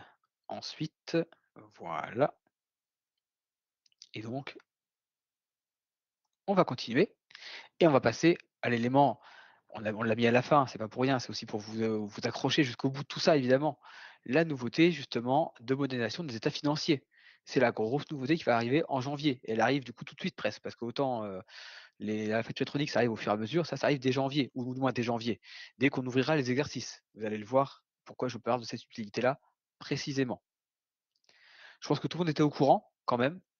Alors je ne sais pas comment vous faire un petit sondage, peut-être qu'en une réaction, négative ou avec un smiley genre, surpris ou autre chose, mais tout le monde était au courant de cette loi-là, avant d'arriver dans cette session. Est-ce que ça vous parle tous? Si vous mettez un pouce, on va dire que c'est OK, si vous mettez un O ou une surprise et cetera, peut-être que ça vous parle moins. Et je pense que ça devait parler à peu près quand même, aux gens, cette nouvelle loi qui arrive dans pas longtemps, justement. OK, voilà, je vois des pouces, c'est pas mal, très bien. Des pouces et des mains levées. Très bien. Donc faut faire attention parce que c'est lié à différents moments, en fait, à différents moments. Quand on va créer l'exercice à partir du 1er janvier notamment. Donc déjà, un rappel de loi un peu global. On a même un lien de bloc Sedge que je vous ouvre comme ça. Je ne sais pas si tu peux Mathieu, au pire le mettre également dans la conversation. Ça permet d'avoir aussi comme ça l'information. C'est le bloc Sage, hein, tout simplement, mais on a mis justement, de la part de notre, développeur de l'Union100, peut-être que vous connaissez un petit peu son nom, de mettre justement des infos relatives à cette nouvelle loi d'autorité des normes comptables, ANC, justement, avec ce qui va changer. Il y a beaucoup d'éléments à savoir métier qu'on ne saura pas par cœur, nous, c'est-à-dire, Mathieu et moi dans cette formation, évidemment, parce qu'il y a beaucoup d'éléments vraiment métier, avec différents comptes qui vont changer. Là n'est pas notre force à nous, notre métier, notre compétence évidemment, mais ces éléments-là, hop là, sont donc accessibles par cette KB pour au moins centraliser un petit peu les infos que Sedge peut vous fournir, tout simplement. Ce qu'on peut savoir, nous, au niveau de la loi, c'est qu'il va y avoir des suppressions de différents comptes, des réformes du résultat exceptionnel, des nouveaux modèles d'état financier, donc les modèles de bilan contre résultat notamment, par exemple, vont changer. Et dans le plan comptable, il y aura des comptes obligatoires et facultatifs qui vont être changés. On a du coup des choses à faire à différents niveaux. Quand sortira la version, plus ou moins en ce moment, on va dire, on aura un assistant de mise en conformité, qu'on va regarder un peu plus bas. La base d'essai bijoux et ses modèles sera adaptée pour les nouveautés justement de l'année suivante et les bilans contre résultats seront ajustés. Ensuite, post-campagne 25, donc ça peut aller tard, hein, ça peut aller vers avril-mai, voire plus si votre client est en campagne décalée, évidemment. On aura sur ECF des nouvelles plaquettes, les états actualisés, et des comparatifs entre les différents sets de comptes, pour faire la comparaison entre les 2 années précédentes. Et pour le millésime 2026, dans ECF, on aura forcément toutes les liasses fiscales en EDI actualisées. Donc ça va être un élément un peu au long cours. Donc attention à ne pas être, on va dire, pris de vitesse ou même plutôt dépassé, voire oublié par cette nouveauté-là, parce que bien il y aura la facture électronique, entre guillemets, il faudra faire attention à également cette loi-là qui va s'insérer un petit peu au milieu de tout le monde ici. Encore un petit rappel pour que vous ayez bien en tête ce genre d'étapes, justement. Les grandes étapes qu'on conseille de suivre, elles sont, entre guillemets, résumées au nombre de 4. C'est que dès qu'on ouvre l'exercice, alors ouvrir l'exercice, ça ne veut pas forcément se faire au mois de janvier. Ça peut s'ouvrir justement en avril, en mai, en juin, suivant le décalage, s'il y a besoin. Où on aura justement la création des nouveaux comptes à faire quand on ouvre l'exercice, seulement les 6 et 7 pour le moment. Une fois qu'on a fait la fin de saisie sur N-1, qu'on a fini l'exercice qui était commencé précédemment, avant la création à partir de, je dis bien à partir de janvier 2025, on met en sommeil les comptes de charges et produits qui sont supprimés ou qui sont affectés différemment. Donc justement, là, on a créé les comptes charges et produits, les nouveaux, et on met en sommeil ceux qui désormais vont changer ou être supprimés. Une fois la gestion des à nouveaux, donc c'est encore un petit peu après la fin de saisie, même si ça va souvent de pair, quand on a fini la saisie N-1, on fait les reports à nouveau, mais on différencie bien ces éléments-là. Là, on peut créer les nouveaux comptes de bilan, solder les comptes supprimés, ou ceux qui ont une affectation, dans le genre de report à nouveau notamment, et mettre en sommeil les comptes de bilan, du coup. Vu qu'on a fait des transferts de comptes, etc. Et enfin, quand on mettra à jour, quand on transmettra la liasse fiscale, seulement après tout ça, on mettra à jour les états. Parce que tant qu'on est encore dans l'exercice précédent en termes déclaratifs, on ne touche pas aux états. Je le dis bien, c'est très important. Il ne faut pas aller trop vite non plus dans ces manipulations. Il faut faire des choses au fur et à mesure, mais la mise à jour des états, il faut les faire seulement après les validations de liasse fiscale. On ne met pas à jour les états financiers, les états déclaratifs de compte de bilan, etc., trop tôt, parce que sinon ça va forcément faire un mauvais rendu des liasses fiscales, des bilans contre résultats de l'exercice 2024 ou 2024-2025, s'il est à cheval, évidemment. Attention, et ça, on ne le dira jamais assez. Cette norme, donc, elle a des comptes ajoutés, des comptes supprimés, des comptes réimputés, et tout ce qui est réimputation, malheureusement, on n'a pas d'imputation automatique. Donc, tout ce qui est compte réimputé, il faudra faire attention et voir auprès des experts comptables. Faire les manipulations comptables soi-même. Alors, pour la réimputation, vous avez bien sûr le menu traitement réimputation, évidemment, pour le faire de manière quand même un peu plus automatisée, évidemment. Mais l'application ne va pas elle-même pouvoir faire ça. Il va falloir que quand vous mettez les nouveaux comptes, etc., et qu'il y a des comptes à solder et à corriger, ce soit fait du coup par des manipulations comptables dans le logiciel, manuellement. Et ça, ben, si le client il est compétent là-dessus, très bien, il peut le faire lui-même. Sinon, il va falloir voir avec l'expert comptable, évidemment. Mais voilà. Je suis un peu pinailleur et je répète beaucoup les choses là, mais il faut bien être conscient que ça peut justement amener des soucis si on ne fait pas attention à l'ordre dans lequel on fait les choses et si on va trop vite, notamment pour tout ça. Donc du coup, on va avoir encore des petits cas un petit peu pour montrer la loi de manière un peu générale. Là, j'ai parlé vraiment de la loi et tout et tout. On aura justement différents éléments à suivre. Vous pourrez lire ça au préalable.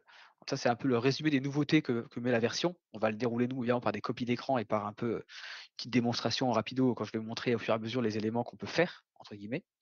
Comme on peut intégrer les nouveaux comptes de la compta, on pourra voir les comptes qui ont un ajustement, ceux qui sont notamment soldés, par exemple, mettre en sommeil les comptes de bilan, etc., etc. On a le jeu d'essai, etc., etc. Vous pourrez relire ça à ce niveau-là. Mais la grosse nouveauté, que je peux moi même mettre en appui, c'est qu'on aura désormais dans le paramètre BCR plusieurs types, plusieurs jeux d'état financier. Auparavant, on n'avait qu'un paramètre BCR pour une société. Maintenant, dans la société, il y aura toujours un seul paramètre BCR, mais ce paramètre BCR, il pourra contenir les infos de plusieurs types de sociétés. C'est notamment utile, là ça va vous parler beaucoup, pour héberger et SPC. Parce qu'autant sur les versions on-prem, on pouvait faire des copier-coller de paramètres BCR. Sur les hébergés et on-prem, on ne pouvait pas. Et c'était du coup forcément un peu contraignant. Et du coup, maintenant, on pourra, sur le paramètre BCR, avoir plusieurs modèles d'état financier. Pour que si vous avez des sociétés différentes, justement, ça fonctionne correctement. C'est ça la grosse nouveauté. Du coup, on va commencer un peu par ça, les nouvelles gestions du param BCR.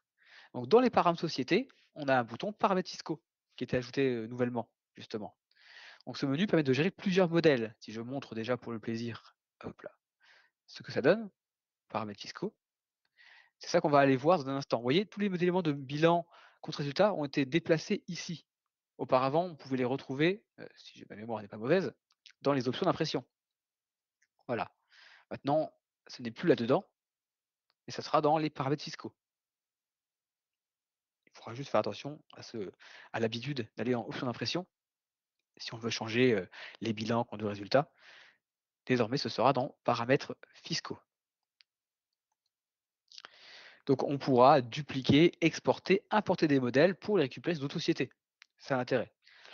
Alors précision sur les on-premise, bien sûr. Le paramètre, c'est un fichier propriétaire, hein, ça n'a pas changé. Il est toujours mis de côté depuis la base SQL. Il faut penser à faire la conversion dans la maintenance, manuellement. Et cette conversion, il faudra le faire forcément au passage de la V11. Pareil, précision importante, hein, en version on-prem, bien sûr, parce que pour les versions hébergées, SPC, ça sera converti automatiquement. C'est évidemment là tout l'intérêt. Et pour les versions on-prem de vos clients, il faudra bien penser à convertir le param BCR dans la maintenance. Et donc, dans les menus paramètres société, paramètres fiscaux, on a un onglet général qui permet de voir justement les différents modèles qu'on a pu créer, les différents modèles d'état financier, si on dit un peu le nom comme ça. Donc on pourra les dupliquer, également les modifier, supprimer et exporter. Alors exporter, c'est que pour on-prem et SPC. Sur Héberger, ils n'ont pas intégré ça pour l'instant. Peut-être une future évolution ou autre, mais tout ce qui est export pour générer en fait un fichier XML, ça génère un XML, je peux vous montrer, hop là, ah bah il s'est déconnecté. Je vais aller sur ma version à moi ici, tac, RAM société, paramètres fiscaux, et ah oui, bah, je suis sur une version hébergée, pas sur une SPC, c'est vrai. Là, j'étais sur une SPC, j'avais le bouton, et là, j'étais sur la hébergée. Bon, c'est juste pour vous montrer le bouton visuellement, ne vous inquiétez pas, le bouton, il est là, il n'y a aucun souci. Pour expliquer concrètement ce que ça va faire tout ça, donc, on peut donc par défaut dupliquer. Par défaut, vous aurez marqué standard, vous n'aurez que ça. C'est le modèle standard. Il reprend en gros le modèle qui était paramétré actuellement dans le param BCR. C'est ce qu'il y aura par défaut lors de la conversion. On peut faire dupliquer pour pouvoir justement créer une nouvelle version, un nouveau modèle d'état financier. Voilà. Ce qui permettra pour héberger SPC justement de gérer pour différentes sociétés. Pour la version on-prem, l'intérêt est un peu plus limité, mais au moins ça permet d'avoir sur la même société param BCR différentes versions différents modèles, et du coup vous pourriez refaire un usage plus simple et d'avoir un seul param BCR pour toutes vos sociétés, excusez-moi. Ça évite que justement vous fassiez comme on recommandait un peu, nous également un petit peu de très loin comme ça, on vous incitiez à copier-coller les param BCR et les renommer pour l'appeler param société 1, param société 2, etc. Là, vous pourriez peut-être recentraliser tout ça en un seul param BCR parce que le param BCR, il aura différents modèles. Et ces modèles, ils pourront être utilisés pour différentes sociétés, même si elles ont toutes le même param BCR. Donc dupliquer, c'est la manière de créer en plus. On ne peut pas créer de zéro, on ne peut pas faire ajouter. Il n'y a pas de bouton ajouter ou créer, c'est dupliquer. Il duplique le principal, le standard, on lui met un nouveau nom et on peut lui changer la coche justement si on veut le mettre comme principal. Le principal, celui qui est en gras. On peut justement ensuite modifier, donc changer le nom et changer le statut comme principal. Principal, évidemment, hein, je le dis à l'oral, même si c'est un peu évident, c'est celui qui apparaîtra par défaut dans les déroulants des états, par exemple. On peut très bien sur une société mettre en principal le standard et sur une autre société mettre en principal celui qui a été créé spécifiquement pour la société en question. C'est justement l'intérêt. Comme ça, il y a moins de manipulation pour l'utilisateur final s'il n'est pas au courant de tout ça, évidemment. Toujours dans ce menu de paramètres fiscaux, donc on a l'export des modèles, dispo que pour on-premise et SPC, attention toujours à la précision. C'est pour pouvoir exporter avec un fichier XML, alors qu'après vous l'enregistrez en local ou l'enregistrez sur un serveur, ce que vous voulez, hein. Et par défaut, il exporte tout sauf la TVA, pour éviter que quand on importe ce genre de modèle, on écrase les déclarations de TVA. Parce que du coup, quand on exporte ça et qu'on rapporte, il va importer le contenu de ce qu'on a exporté. Donc c'est lors de l'import qu'on fait la sélection de ce qu'on veut exporter, parce que lorsqu'on fait l'import, après, il va importer le fichier. Voilà, c'est précisé pourquoi c'est pas coché pour les TVA, pour ne pas justement casser les paramétrages personnalisés de TVA. On exporte et c'est dessus. Pour l'import, du coup, ça se réalise depuis justement état, bilan, compte de résultat et mise à jour du paramétrage. Voilà, bilan, compte de résultat, mise à jour du paramétrage. Sur ma version hébergée, est-ce que je l'ai? Je ne sais plus, je crois pas que je l'aurai peut-être. Si quand même je l'ai. Mise à jour du paramétrage. Et là, je vais pouvoir aller chercher la mise à jour du paramétrage des états, bilan, compte résultat, et aller le chercher en parcourant. Bref, je vous montrerai ça justement un peu plus loin. Là, c'est pour illustrer juste le menu au global. Un fichier d'export, donc XML, je précise bien, on est bien sur un fichier XML qui est généré pour justement tous ces exports-là. Ce qui est bien comme ça, c'est que même si vous avez plusieurs clients qui ont des sociétés différentes, peut-être qu'à terme, vous pourrez unifier les paramétrages. Si un jour on arrive à unifier beaucoup les sociétés entre elles, bah, au moins une fois que vous avez votre XML bien paramétré de modèle d'état financier avec tel paramétrage et tout, en ayant exclu l'export de la TVA pour ne pas trop télescoper les clients qui sont différents, etc., bah, vous aurez un fichier prêt à l'emploi. Ça peut être aussi une évolution ultime et un comportement idéal, on va dire, à terme. D'où l'intérêt de cette nouvelle fonction. Et évidemment, forcément, une fois qu'on est dans les paramètres fiscaux, qu'on voit dans les bilans, comptes de résultats, on peut bien sûr dérouler. En bas à gauche, on a un petit déroulant qui est nouveau, les différents modèles existants. Là, je suis sur le bilan compte résultat, je vois le standard, je vais aller chercher. Alors, je n'ai que le standard dans ma base là, en effet. C'est vrai que je n'en ai pas dupliqué sur celle-ci. Est-ce que je peux retourner sur celle-là ou pas? Ou est-ce que je vais me faire sortir? Je teste. Parce que sur celle-ci, je sais que j'ai un peu plus fait des travaux et essayé là-dessus.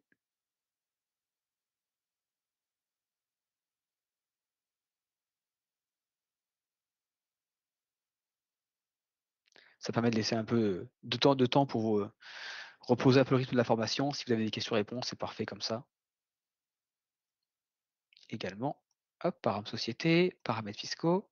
Là, voilà, j'ai plein de modèles qui ont été mis par différents tests de notre part. Et suivi dans les comptes de résultats, j'ai le standard et je vais aller prendre nouveau modèle et il m'affiche le modèle que j'ai nouvellement créé, ouais, avec des petites mises à jour de forme, etc. Par exemple. Celui-là, c'est le même. Celui-là, c'est le similaire que le standard. Comme ça, vous avez de quoi voir les différents modèles et pouvoir les paramétrer ensuite vous-même là-dedans. Là, après, ça ne change pas. Et comme ça, que ce soit pour les éléments liés à tout ça, les bilans reporting, compte de résultat, SIG, bilan, on a bien accès au modèle. Et si je vais sur TVA et taxes, paramètre du CA3, la même, bien sûr. Ça semble évident, mais je préfère vous montrer quand même, bien sûr, que sur la TVA, vous voyez là, il n'y a rien. Pourquoi? Parce que comme j'ai fait mes exports-imports de tests sans exporter du coup l'élément là, et que comme c'était un modèle qui était tout vierge, je n'ai rien eu, forcément. Si j'avais mis à jour un existant, l'existant n'aurait pas été touché. Comme là, j'avais du rien de chez rien, ça m'avait rien mis du tout. Mais voilà.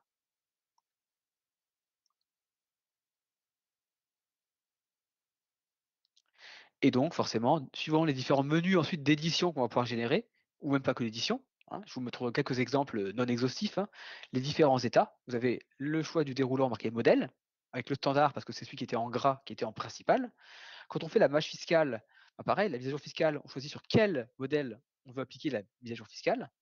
Et quand on fait de la génération EDI TVA, pour les versions on-prem, eh ben c'est pareil, avant de transmettre la déclaration de taxe, on a un choix du modèle. Donc vous allez avoir ce petit choix de modèle dans les différents états qui travaillent sur tout ce qui était lié au paramètre BCR. Voilà, pour rester, on va dire, vague, tous les modèles liés aux fonctions du paramètre BCR. Désormais, un déroulant ou des choix dans un tableau pour bien éditer, utiliser en mise à jour ou se servir pour la transmission EDI, le modèle que l'on a volontairement paramétré. OK. On va passer au dernier sujet important de la formation. Je vous laisse faire des petites réactions si ça vous parle un peu quand même, parce que le paramécère, je pense que c'était aussi bien demandé. Donc, je ne demande pas que des pouces pour juste l'approbation des gens, mais je pense quand même que les paramécères, tout notamment pour héberger SPC, ça doit vous plaire, je pense, par rapport à ce qu'on avait auparavant comme fonction. Parce que c'était quelque chose qu'on était vraiment conscient que quand on était en hébergé SPC, on n'avait qu'un paramécère pour toutes les entités existantes. Désormais, on a bien fait une fonctionnalité améliorée justement pour pouvoir gérer tous ces éléments-là. Pareil, ça vient des demandes, ça vient de vous évidemment, et ça vient forcément aussi des choses qu'on se rend compte, qu'on évolue dans l'application. Désormais, ce qu'on a vu avant, le paraBCR, c'était un peu les préambules, on va dire, parce que la modélisation des états financiers, ça va être pas mal de mise à jour et de manipulation. Ce que j'ai montré un peu plus haut, là je redéroule les différentes étapes, ouverture d'exercice, fin de saisie, etc.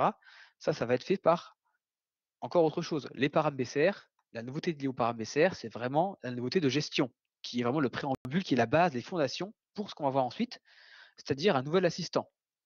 Assistant gratuit, je précise quand même, bien sûr, hein, avant que les questions fusent dans la conversation. Assistant gratuit qui permettra d'ajuster justement les plans comptables et les états financiers. C'est là-dessus qu'on va terminer la formation, c'est sur ce petit assistant qui est disponible du coup dans l'application. Donc ce nouvel assistant, il peut s'ouvrir de 3 manières différentes, justement. Depuis les paramètres société, bouton paramètres fiscaux, le nouveau bouton paramètres fiscaux.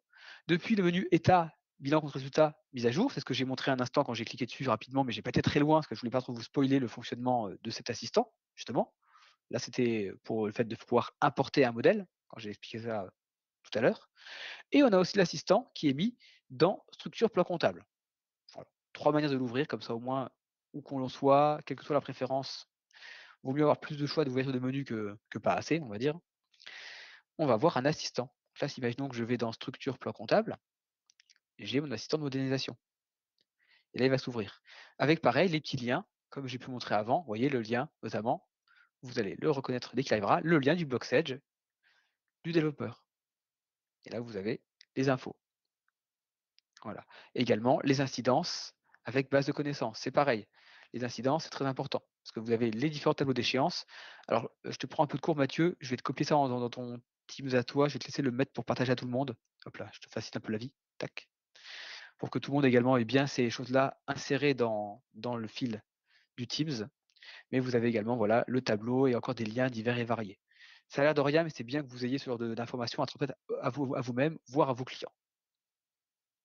En bref, l'assistant est très bien. Vous allez voir que je vais beaucoup paraphraser l'assistant, en fait, mine de rien, parce que l'assistant a été fait avec tout plein, avec les explications justement comme il faut, tout simplement.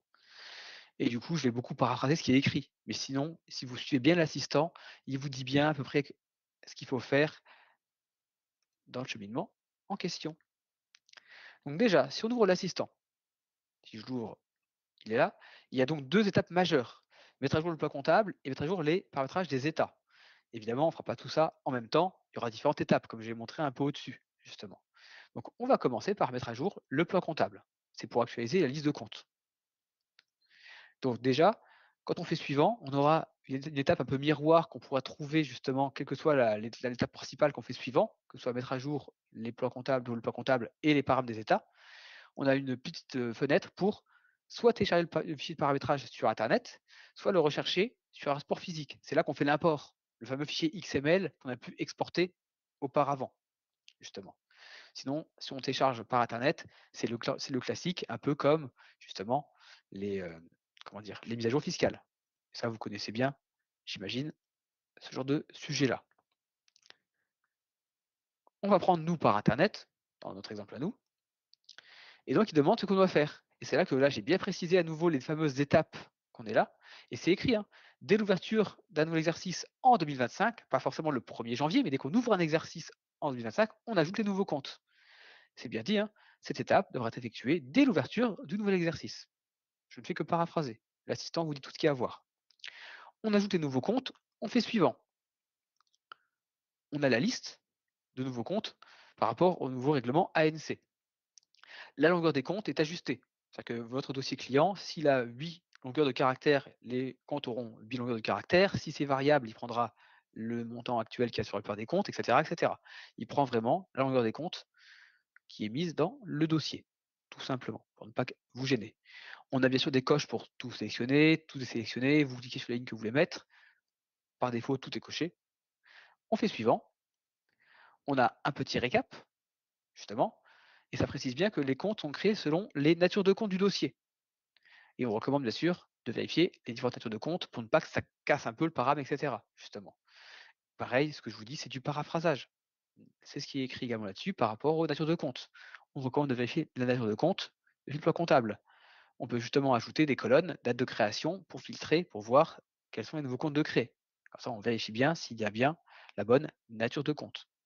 Comme ça, après, on pourra modifier l'analytique. Si on n'avait pas coché par défaut que c'était géré en analytique, bon, ça c'est du grand classique évidemment, tout ça. On fait fin et il fait le traitement. Si là, je m'amuse à le faire chez moi, suivant, je prends par internet, j'ajoute les nouveaux comptes, j'ai la liste, donc je les ajoute tous dans mon cas, hein, j'ai pas normalement, n'oublie pas que dans votre cas, il faut d'abord commencer par les 6 et 7 et après les comptes de bilan. Bon là, je fais ça de manière assez simpliste. Je fais fin, genre le traitement, bon je peux le montrer, mais en fait moi mes comptes ont déjà été faits. Donc si je fais fin, il va travailler et comme je l'ai déjà fait, normalement alors il y en a quelques-uns ah si, il y en a quelques-uns qui sont déjà mis. Il y en avait un qui était déjà créé, c'est vrai. Le reste ça a été créé quand même. Donc il m'en a quand même créé 75. Voilà. Je savais plus si j'avais tout créé, sur le dossier et cetera, mais au moins il les a mis là. Voilà. Il vous dit bien ce qu'il a pu faire dans son traitement, ni plus ni moins. Donc ça, c'était la première étape qu'on a pu résumer justement à dès l'ouverture d'un nouvel exercice en 2025. On enchaîne ensuite avec la fin de saisie N-1. C'est vraiment les fameuses 4 grosses étapes qu'on a vues un peu préalablement. À la fin de saisie N-1, on met en sommeil des comptes de classe 6 et 7. Donc désormais, dans l'assistant, je vais mettre en sommeil les comptes en question. Je prends mon assistant. Toujours l'étape générale, mettre à jour le plan comptable. Suivant. Toujours téléchargé par internet. Je ne fais pas la récupération d'un XML. Et là, je mets en sommeil. Et pareil, ça précise bien. En 2 temps. Compte chargé produit dès la fin de saisie, compte de bilan après la génération des reports à nouveau. On fait attention à ça. Et ce qui est pratique, c'est que, vu qu'on met en sommeil, il nous montre les comptes soldés et non soldés. Bon là, Alors, forcément sur un Romain, je oui, t'interromps, mais une question qui est posée, à laquelle tu peux répondre immédiatement oui. sans explication. Benoît demande pourquoi créer les comptes de bilan après et pas en même temps que les autres éléments. Ah, parce que alors j'avoue que je suis pas sûr de mon coup à ce niveau-là, mais dans le pur compta, donc moi aussi Mathieu, j'ai pas je sais pas si tu as la réponse toi aussi, mais j'avoue que je suis pas sûr à 100 du détail là. Mais c'est parce que, pourquoi après les comptes de bilan? Attendez, je réfléchis. Je suis sûr que j'ai dû avoir l'info à un moment donné. Si je peux la retrouver dans ma tête. Attendez, ça va peut-être me revenir. Pourquoi les comptes de bilan après? On fait d'abord les comptes 6 et 7, c'est logique parce que les 6 et 7, vu qu'ils sont pas transférables vraiment, vu qu'il y a pas de report à nouveau dessus, on les fait en premier et on les fait à ce niveau-là au début. Par contre, les comptes de bilan, c'est après les à nouveau. C'est parce que ah oui, c'est parce qu'il Ils faut sont d'abord dans un qu'on nouveau. génère voilà, c'est ça, c'est forcément, ils Les sont anciens générés sont dans un nouveau. voilà, ça va, en y réfléchissant, ça vient. Mais voilà, quand on génère les reports à nouveau, forcément, il faut que les comptes soient encore là, parce qu'on en a besoin. C'est seulement après les reports à nouveau définitifs qu'on pourra changer les comptes de bilan, parce que du coup, on n'aura plus besoin des anciens pour déplacer, pour mettre à jour ou transférer, ça n'a pas été fait, des reports à nouveau. Si c'est bon pour vous, Benoît, mettez une petite réaction dans le chat, comme ça je m'assure que c'est bon pour vous. Si je vous vois pas la réaction, ou peut-être que ça ne sera peut-être pas à jour dans mon écran tout de suite, mais ça devrait être pas mal. En effet, moi aussi, ça m'avait échappé et il suffit de faire un peu la réflexion pour que je la retrouve. Très bien. Donc là, si je fais suivant pour montrer, hein, bien sûr, c'est pareil. Donc je vais montrer, on a les différents choix. On peut se faire aider par les comptes soldés, non soldés et mettre du coup les coches pour les mettre en sommeil. Ce que je ne veux pas faire sur mon dossier à moi, évidemment, tout de suite et encore moins en masse. Voilà, ça remonte la fenêtre de filtre avec soldé, non soldé et la fenêtre finale. Voilà. Évidemment, rappel de l'assistant, les comptes supprimés par la norme doivent être soldés sous l'exercice. Les comptes supprimés doivent être soldés forcément, parce que s'ils ne sont pas soldés, ben, ils ne pourront pas être supprimés. Et après, tous les comptes supprimés peuvent être réimputés. Et pareil, c'est à faire manuellement. Et c'est là qu'on vous dit de faire avec l'expert comptable pour savoir quoi faire. Parce que l'application ne pourra pas, l'assistant ne pourra pas réimputer les comptes supprimés. Voilà. Il faudra bien sûr penser à faire ça après coup. Des réimputations manuelles dans les écritures ou des réimputations par le menu traitement réimputation. C'est ça la seule étape un peu, on va dire, compliquée qu'on va devoir gérer, on va dire là-dessus. C'est-à-dire que forcément, il y aura du manuel un peu là-dessus. Et là, on ne pourra pas faire grand-chose de plus pour l'instant, évidemment. C'est que forcément, on est sur des manipulations compta, donc on va devoir comptablement faire du travail et ça va se faire par des réimputations. L'assistant, lui, il peut surtout gérer tout ce qui est lié à la mise en sommeil, la création, ce qui est déjà pas mal, on va dire.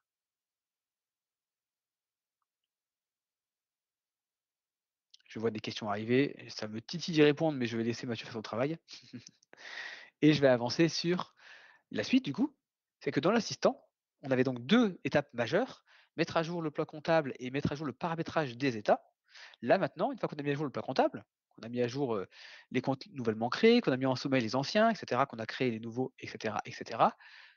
Donc c'est la toute fin, attention, hein, c'est après les à nouveaux et cette fois-ci on rajoute la contrepassation des écritures et édition des états. Donc vraiment l'étape finale de chez Final. Quand on a bien fait les à nouveau, contrepasser les écritures des comptes supprimés et éditer les états. On met à jour le paramétrage des états. C'est l'étape vraiment la plus finale à faire dans tout ça.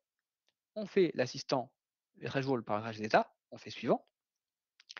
On a toujours la fenêtre qui propose le téléchargement en ligne ou la recherche d'un support physique, en gros l'importation d'un fichier XML. Ça vous redit, hein, vous voyez, le fichier peut provenir d'un téléchargement de base de connaissances, parce que vous vous souvenez bien que tous les ans, les millésimes de TVA, etc., ou autres, on met toujours les fichiers dans la base de co, au cas où, si on a encore des cas particuliers de téléchargement extérieur comme ça, ou alors un export de modèle à partir du menu fichier, paramètres société, paramètres fiscaux, général. L'assistant vous dit tout. Je suis presque vraiment un robot paraphraseur depuis quelques diapos, mais vous voyez, c'est vraiment pour le dire proprement, l'assistant vous dit bien les choses. Et de manière similaire du coup à la mâche fiscale de TVA, qu'on connaît bien, désormais il y aura des rubriques qui vont être mises, chaque rubrique des paramètres de bilan d'état auront des codes rubriques en fait. Si je vous montre sur, hop là, paramètres société, paramètres fiscaux, compte de résultats, et je prends un des modèles que j'ai téléchargé, désormais il y a des codes rubriques, comme dans la TVA. C'est vraiment des choses qui sont normées, justement, lors du téléchargement de ces choses-là. Donc désormais, on a une mise à jour fiscale également pour une sorte de mise à jour fiscale, pour ne pas donner des mauvais termes évidemment, liée à ces éléments-là. Donc, qu'est-ce qu'il va vous faire justement? Il va mettre des codes rubriques non présents seront supprimés, donc les anciens seront retirés, les codes rubriques présents seront mis à jour et contextualisés, et les nouveaux codes seront mis. Si on a personnalisé des états bilans, etc., on recommande en fait de créer un nouveau modèle. C'est vrai parce que pour ça que chez nous, vous voyez, on a plusieurs modèles. Alors aussi parce qu'on a fait des duplications, bien sûr, quand on s'est amusé à dupliquer les modèles, mais aussi parce qu'on a utilisé l'assistant, tiens, je peux passer par là pour l'ouvrir, pour justement aller chercher par internet et créer un nouveau modèle, pour ne pas écraser le paramètre standard, justement. Donc on recommande fortement de faire ça. Si vous mettez à jour un modèle existant, ça peut être compliqué si vous êtes trompé de moment, notamment si vous faites trop tôt, par exemple. Donc idéalement, créer un nouveau modèle. Idéalement, oui, idéalement, fortement, recommandons, et cetera. À vos risques et périls si vous ne le faites pas. Bref, soyez-en bien conscients. Quand on met à jour ces états financiers, on crée un nouveau modèle. Comme ça, au moins, on peut le voir distinctement, l'analyser, voir ce qu'il y a de différent, tout simplement. Voilà, je ne le dirai jamais assez. On fait suivant. Il nous met la page finale disant qu'il va faire la création d'un nouveau modèle d'état financier. Un nouveau modèle intitulé, du coup, nouveau modèle sera créé et il s'incrémentera. C'est-à-dire qu'en fait, si vous créez un nouveau modèle, il s'appellera nouveau modèle et après, il s'appellera nouveau modèle 1, 2, etc. Comme là, on a ici. Donc, pas 1, mais il fera juste nouveau modèle, puis 2, 3. Donc, vous êtes sûr de ne pas avoir des noms qui s'écrasent ou autre chose. Précision, les nouveaux modèles contiennent les comptes des 2 années pour être quand même polyvalent et ne pas vous casser complètement et vous condamner. Bon, j'ai pas d'exemple à vous montrer parce que je connais pas tous les comptes qui changent, hein, je vous avoue. Mais les nouveaux modèles contiennent les comptes 2024 et 2025 pour être tranquille.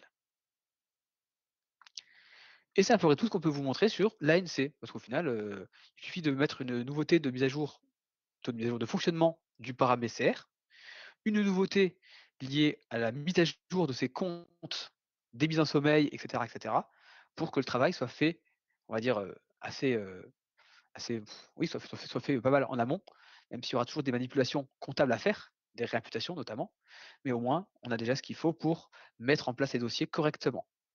Et du coup, on a un petit quiz à faire. Donc, je vais laisser pareil Mathieu vous copier-coller le lien du quiz en question.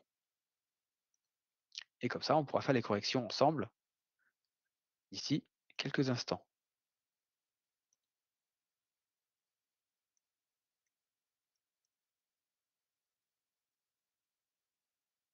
Voilà, pareil, je mets ça ici. Je vais éteindre mon micro, vous laissez quelques instants pour le faire. Si Mathieu, tu as quelque chose à ajouter, n'hésite pas. Sinon, dans tous les cas, à dans un instant.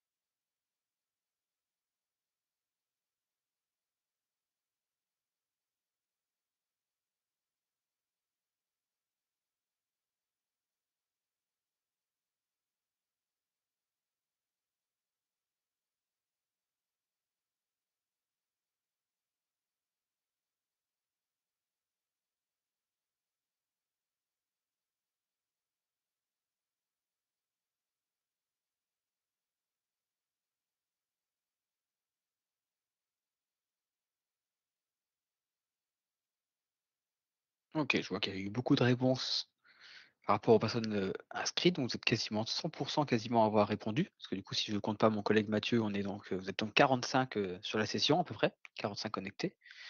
Donc ça fait un bon taux de réponse, je suis fier de vous. Vous êtes toujours attentifs après la formation. Je ne vous ai pas endormi malgré tout ce que j'ai pu vous raconter. C'est très bien. Et du coup, on va faire la correction de tout ça. Alors, c'est là que c'est un peu plus difficile forcément comme, quiz parce que là, il y a beaucoup d'éléments un peu légaux et cetera, donc il faut bien retenir tous ces éléments-là. Quand faut-il débuter les manipulations liées à la loi de modélisation des états financiers? Voilà, la réponse majeure, c'est bien à l'ouverture de l'exercice, c'est pas dès janvier. Voilà, ça c'est un peu la question piège. C'est pas dès janvier 25, c'est à l'ouverture de l'exercice 2025 et pas non plus après l'Elias. Après l'Elias, en effet, il y a des choses à faire, mais on peut déjà anticiper évidemment. Donc on ne fait pas, les étapes après l'Elias 2024. On commence les manipulations dès l'ouverture de l'exercice, justement. C'est ça la subtilité dans tout ça. Là, il faut bien faire attention justement avec l'assistant qui est utilisé quand on ouvre l'exercice 2025. Ensuite, voilà, j'ai quasiment tout qui est juste, c'est parfait. Quel nouveau menu permet de créer, modifier, dupliquer des modèles pour les états légaux? Donc c'est bien le nouveau menu dans les paramètres société, paramètres fiscaux. Dans structure, modèle, modèle d'état, ça n'existe pas comme menu. Je l'ai inventé pour les biens de la question. Structure, modèle, il y a les modèles de grille, de saisie, etc. Mais ce n'est pas là qu'on a le modèle d'état. C'est sur ce nouveau menu de paramètres société, paramètres fiscaux. C'est ici qu'on peut les dupliquer, modifier, etc.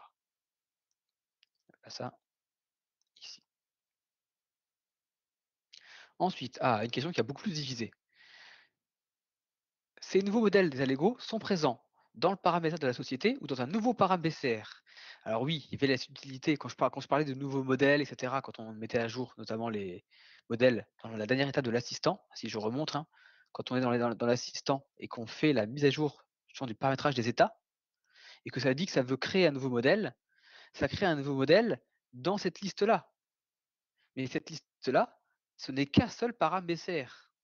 C'est justement ça qui est essentiel pour la compatibilité avec hébergé et SPC. C'était ça justement le gros point d'accroche. Alors ça tombe bien que vous ayez qui est, entre guillemets, presque une, comment dire? Des réponses assez clivantes presque on pourrait dire. C'est très partagé. C'est le paramètre de la société. C'est dans un seul paramètre, donc ça, faut bien le retenir et c'est pour ça que je le redis et ça sert à ça les corrections de ce genre de choses, pour bien assimiler et ne pas mal comprendre ce qu'on voit en formation. Les nouveaux modèles d'états légaux, ils sont toujours dans le même paramètre BCR. C'est pour ça que le paramètre BCR, j'avais parlé un peu avant, on le convertit quand on est en on-prem notamment. En version on-premise, on convertit le paramètre BCR. C'est le paramètre BCR qui va être utilisé, justement. Le paramètre BCR va être utilisé et justement comme ça, on n'en a qu'un seul qui est utilisé pour différents modèles. Ce qui va du coup résoudre le souci où, comme je l'avais dit un peu tout à l'heure en exemple, auparavant, vous puissiez vous amuser à copier-coller pour créer de nouveaux paramètres BCR, pour avoir un paramètre BCR société 1, un paramètre BCR société 2. Désormais, ça n'a presque plus l'intérêt de faire ça. Vous pourriez tout regrouper sur le même paramètre BCR.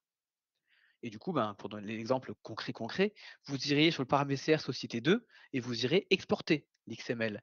Cet XML, vous l'apportez dans le paramètre société 1. Et ce paramètre société 1, désormais, gérera les deux sociétés. Au pire, vous le renommez pour ne pas qu'il s'appelle toujours société 1, vous l'appelez juste paramètre BCR, par exemple, mais vous pourrez un peu rapatrier des paramètres comme ça. Tout ça pour bien avoir un seul paramètre BCR sur une société et ce paramètre BCR, il va pouvoir gérer plusieurs types de modèles et donc pouvoir être utilisé donc techniquement, et c'est là l'intérêt, dans plusieurs sociétés. Est-ce que c'est bien compris? Pour ceux qui ont mis faux, mettez-moi des petites réactions si c'est bien compris, l'explication. Sinon, vous reposez des questions et Mathieu se fera un plaisir d'y répondre. Mais ceux qui ont eu faux, essayez de me mettre des petites réactions, que je vois si ça a bien été assimilé, l'explication et la correction, qu'on puisse s'assurer quand même de ne rien avoir perdu dans tout ça, justement. C'est pour ça que je préfère faire des corrections et bien expliquer tout ça. Je me permets juste une chose, qu'il y a plusieurs Oui, questions qui ont été posées assez similaires. J'ai répondu à chacune, mais ouais. j'insiste bien sur ce point-là que Romain a déjà expliqué. Il faut bien comprendre qu'on n'applique pas la loi de modification du plan comptable dès le 1er janvier 2025. On l'applique sur l'exercice qui commencera après le 1er janvier. Donc, plusieurs questions ont été posées, mais il faut bien comprendre que si jamais vous avez un client dont l'exercice commence le 1er décembre 2025, il n'appliquera la modification que le 1er décembre 2025. Tout l'exercice 24-25 qui est en grande partie sur 2025 ne sera pas impacté. C'est l'exercice qui commence après le 1er janvier. Donc, dans mon exemple ici, voilà, le 1er décembre 2025, on appliquera la modification et avant, on aura encore l'ancien plan comptable. Voilà. Jusqu'au 31 décembre 2025, vous pouvez peut-être créer avec les nouveautés, Voilà. de la Normalement, loi. ça commence toujours au début du mois, donc c'est pour ça que Oui, j'ai fait oui, l'exemple oui, extrême, 1er évidemment. décembre 2025, voilà, c'est le dernier recours Voilà. normalement. Mais c'est pour, voilà, faire l'exagération. Parfait, parfait. Bah, tu as raison Mathieu, c'est vrai que moi aussi j'ai vu les questions, arriver, assez similaires, donc c'est bien de faire un point oral. Parfait. OK, OK. On regarde ensuite les questions qui restent sur le quiz. Donc, quel outil permet de créer et mettre en sommeil les comptes liés à la loi ANC 2025? Ah, ça c'est bien. Je suis content que vous ayez tous mis juste sur celui-ci quasiment. C'est bien lié à un assistant gratuit. Je l'ai précisé oralement parce que je voulais justement faire attention à pas qu'on puisse confondre avec notamment le Data Clean Control, qui lui est un petit assistant payant et qui est lié à la facture électronique. Pour mettre en sommeil ou créer les comptes, etc., tout ce qui est lié à la nouvelle loi de modernisation des états financiers de 2025, ce n'est pas par un programme externe, ce n'est pas par une requête SQL, c'est bien un assistant, mais c'est un assistant qui est gratuit dans le logiciel. C'est le fameux assistant qu'on peut ouvrir de plusieurs manières différentes, que ce soit depuis les paramètres fiscaux, le nouveau bouton en question, assistant de modernisation, que ce soit par le plan comptable, structure plan comptable, assistant de modernisation, et enfin par état, bilan compte de résultat, mise à jour du paramétrage, et assistant de modernisation des états financiers. Mais c'est bien un assistant qui est gratuit. On ne monétise pas cet assistant, évidemment, c'est une nouveauté légale qu'on va quand même gérer correctement avec ça. Donc on vous a mis un assistant intégré dans l'application. Et enfin, alors, c'est là que c'est un petit peu plus compliqué comme réponse, mais je vois que ça a été fait un peu. Alors la question là était un peu touchy à faire, je vous avoue, en interne. On a essayé de chercher un peu comment bien faire passer le message sur les différents traitements pouvant être effectués par l'assistant de modernisation. En effet, la réponse la moins remplie, c'est celle qui était fausse. C'est la seule qui était fausse, justement. Les autres étaient toutes justes. Je vois que majoritairement, les deux premières ont été mises en grande partie. Les deux finales étaient un petit peu plus tendues parce qu'il y avait forcément des hésitations avec le reste, et c'est logique. Mais l'assistant, il crée les nouveaux comptes. Il va créer les nouveaux comptes de charges produits, de bilan et tout, en 2 temps. N'oubliez pas, il crée les comptes, on les crée en 2 temps. On met en sommeil des anciens comptes. Pareil, ça c'est à faire un peu plus tard. Hein. Chaque étape chronologique, on mettra en sommeil après les anciens comptes. Le paramètre fiscal, on peut l'importer dans l'assistant. L'export du paramètre fiscal, il est fait pas depuis l'assistant, il est fait depuis les paramètres société, paramètres fiscaux. C'est là qu'il y a l'export.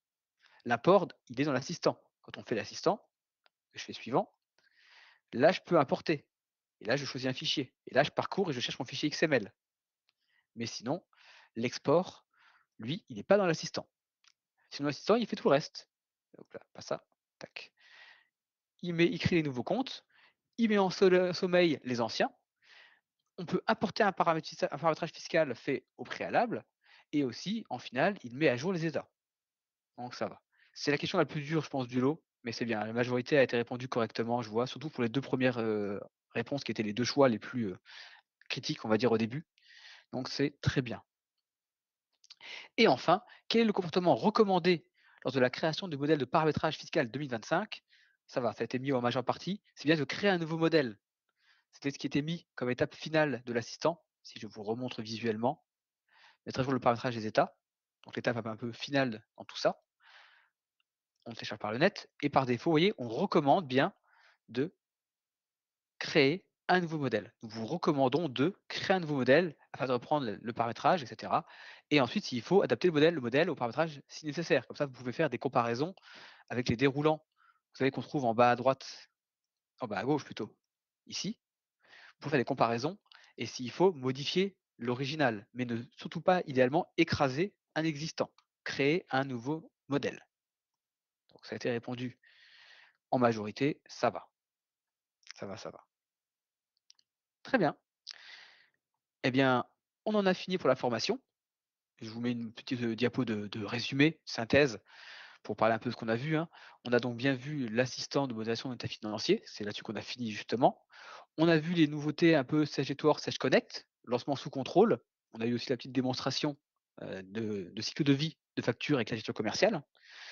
On a ensuite les nouveautés liées à Sage Partner Cloud et hébergé, notamment le contrôle des licences sur les applications du coup hébergées, pas SPC et hébergées plutôt.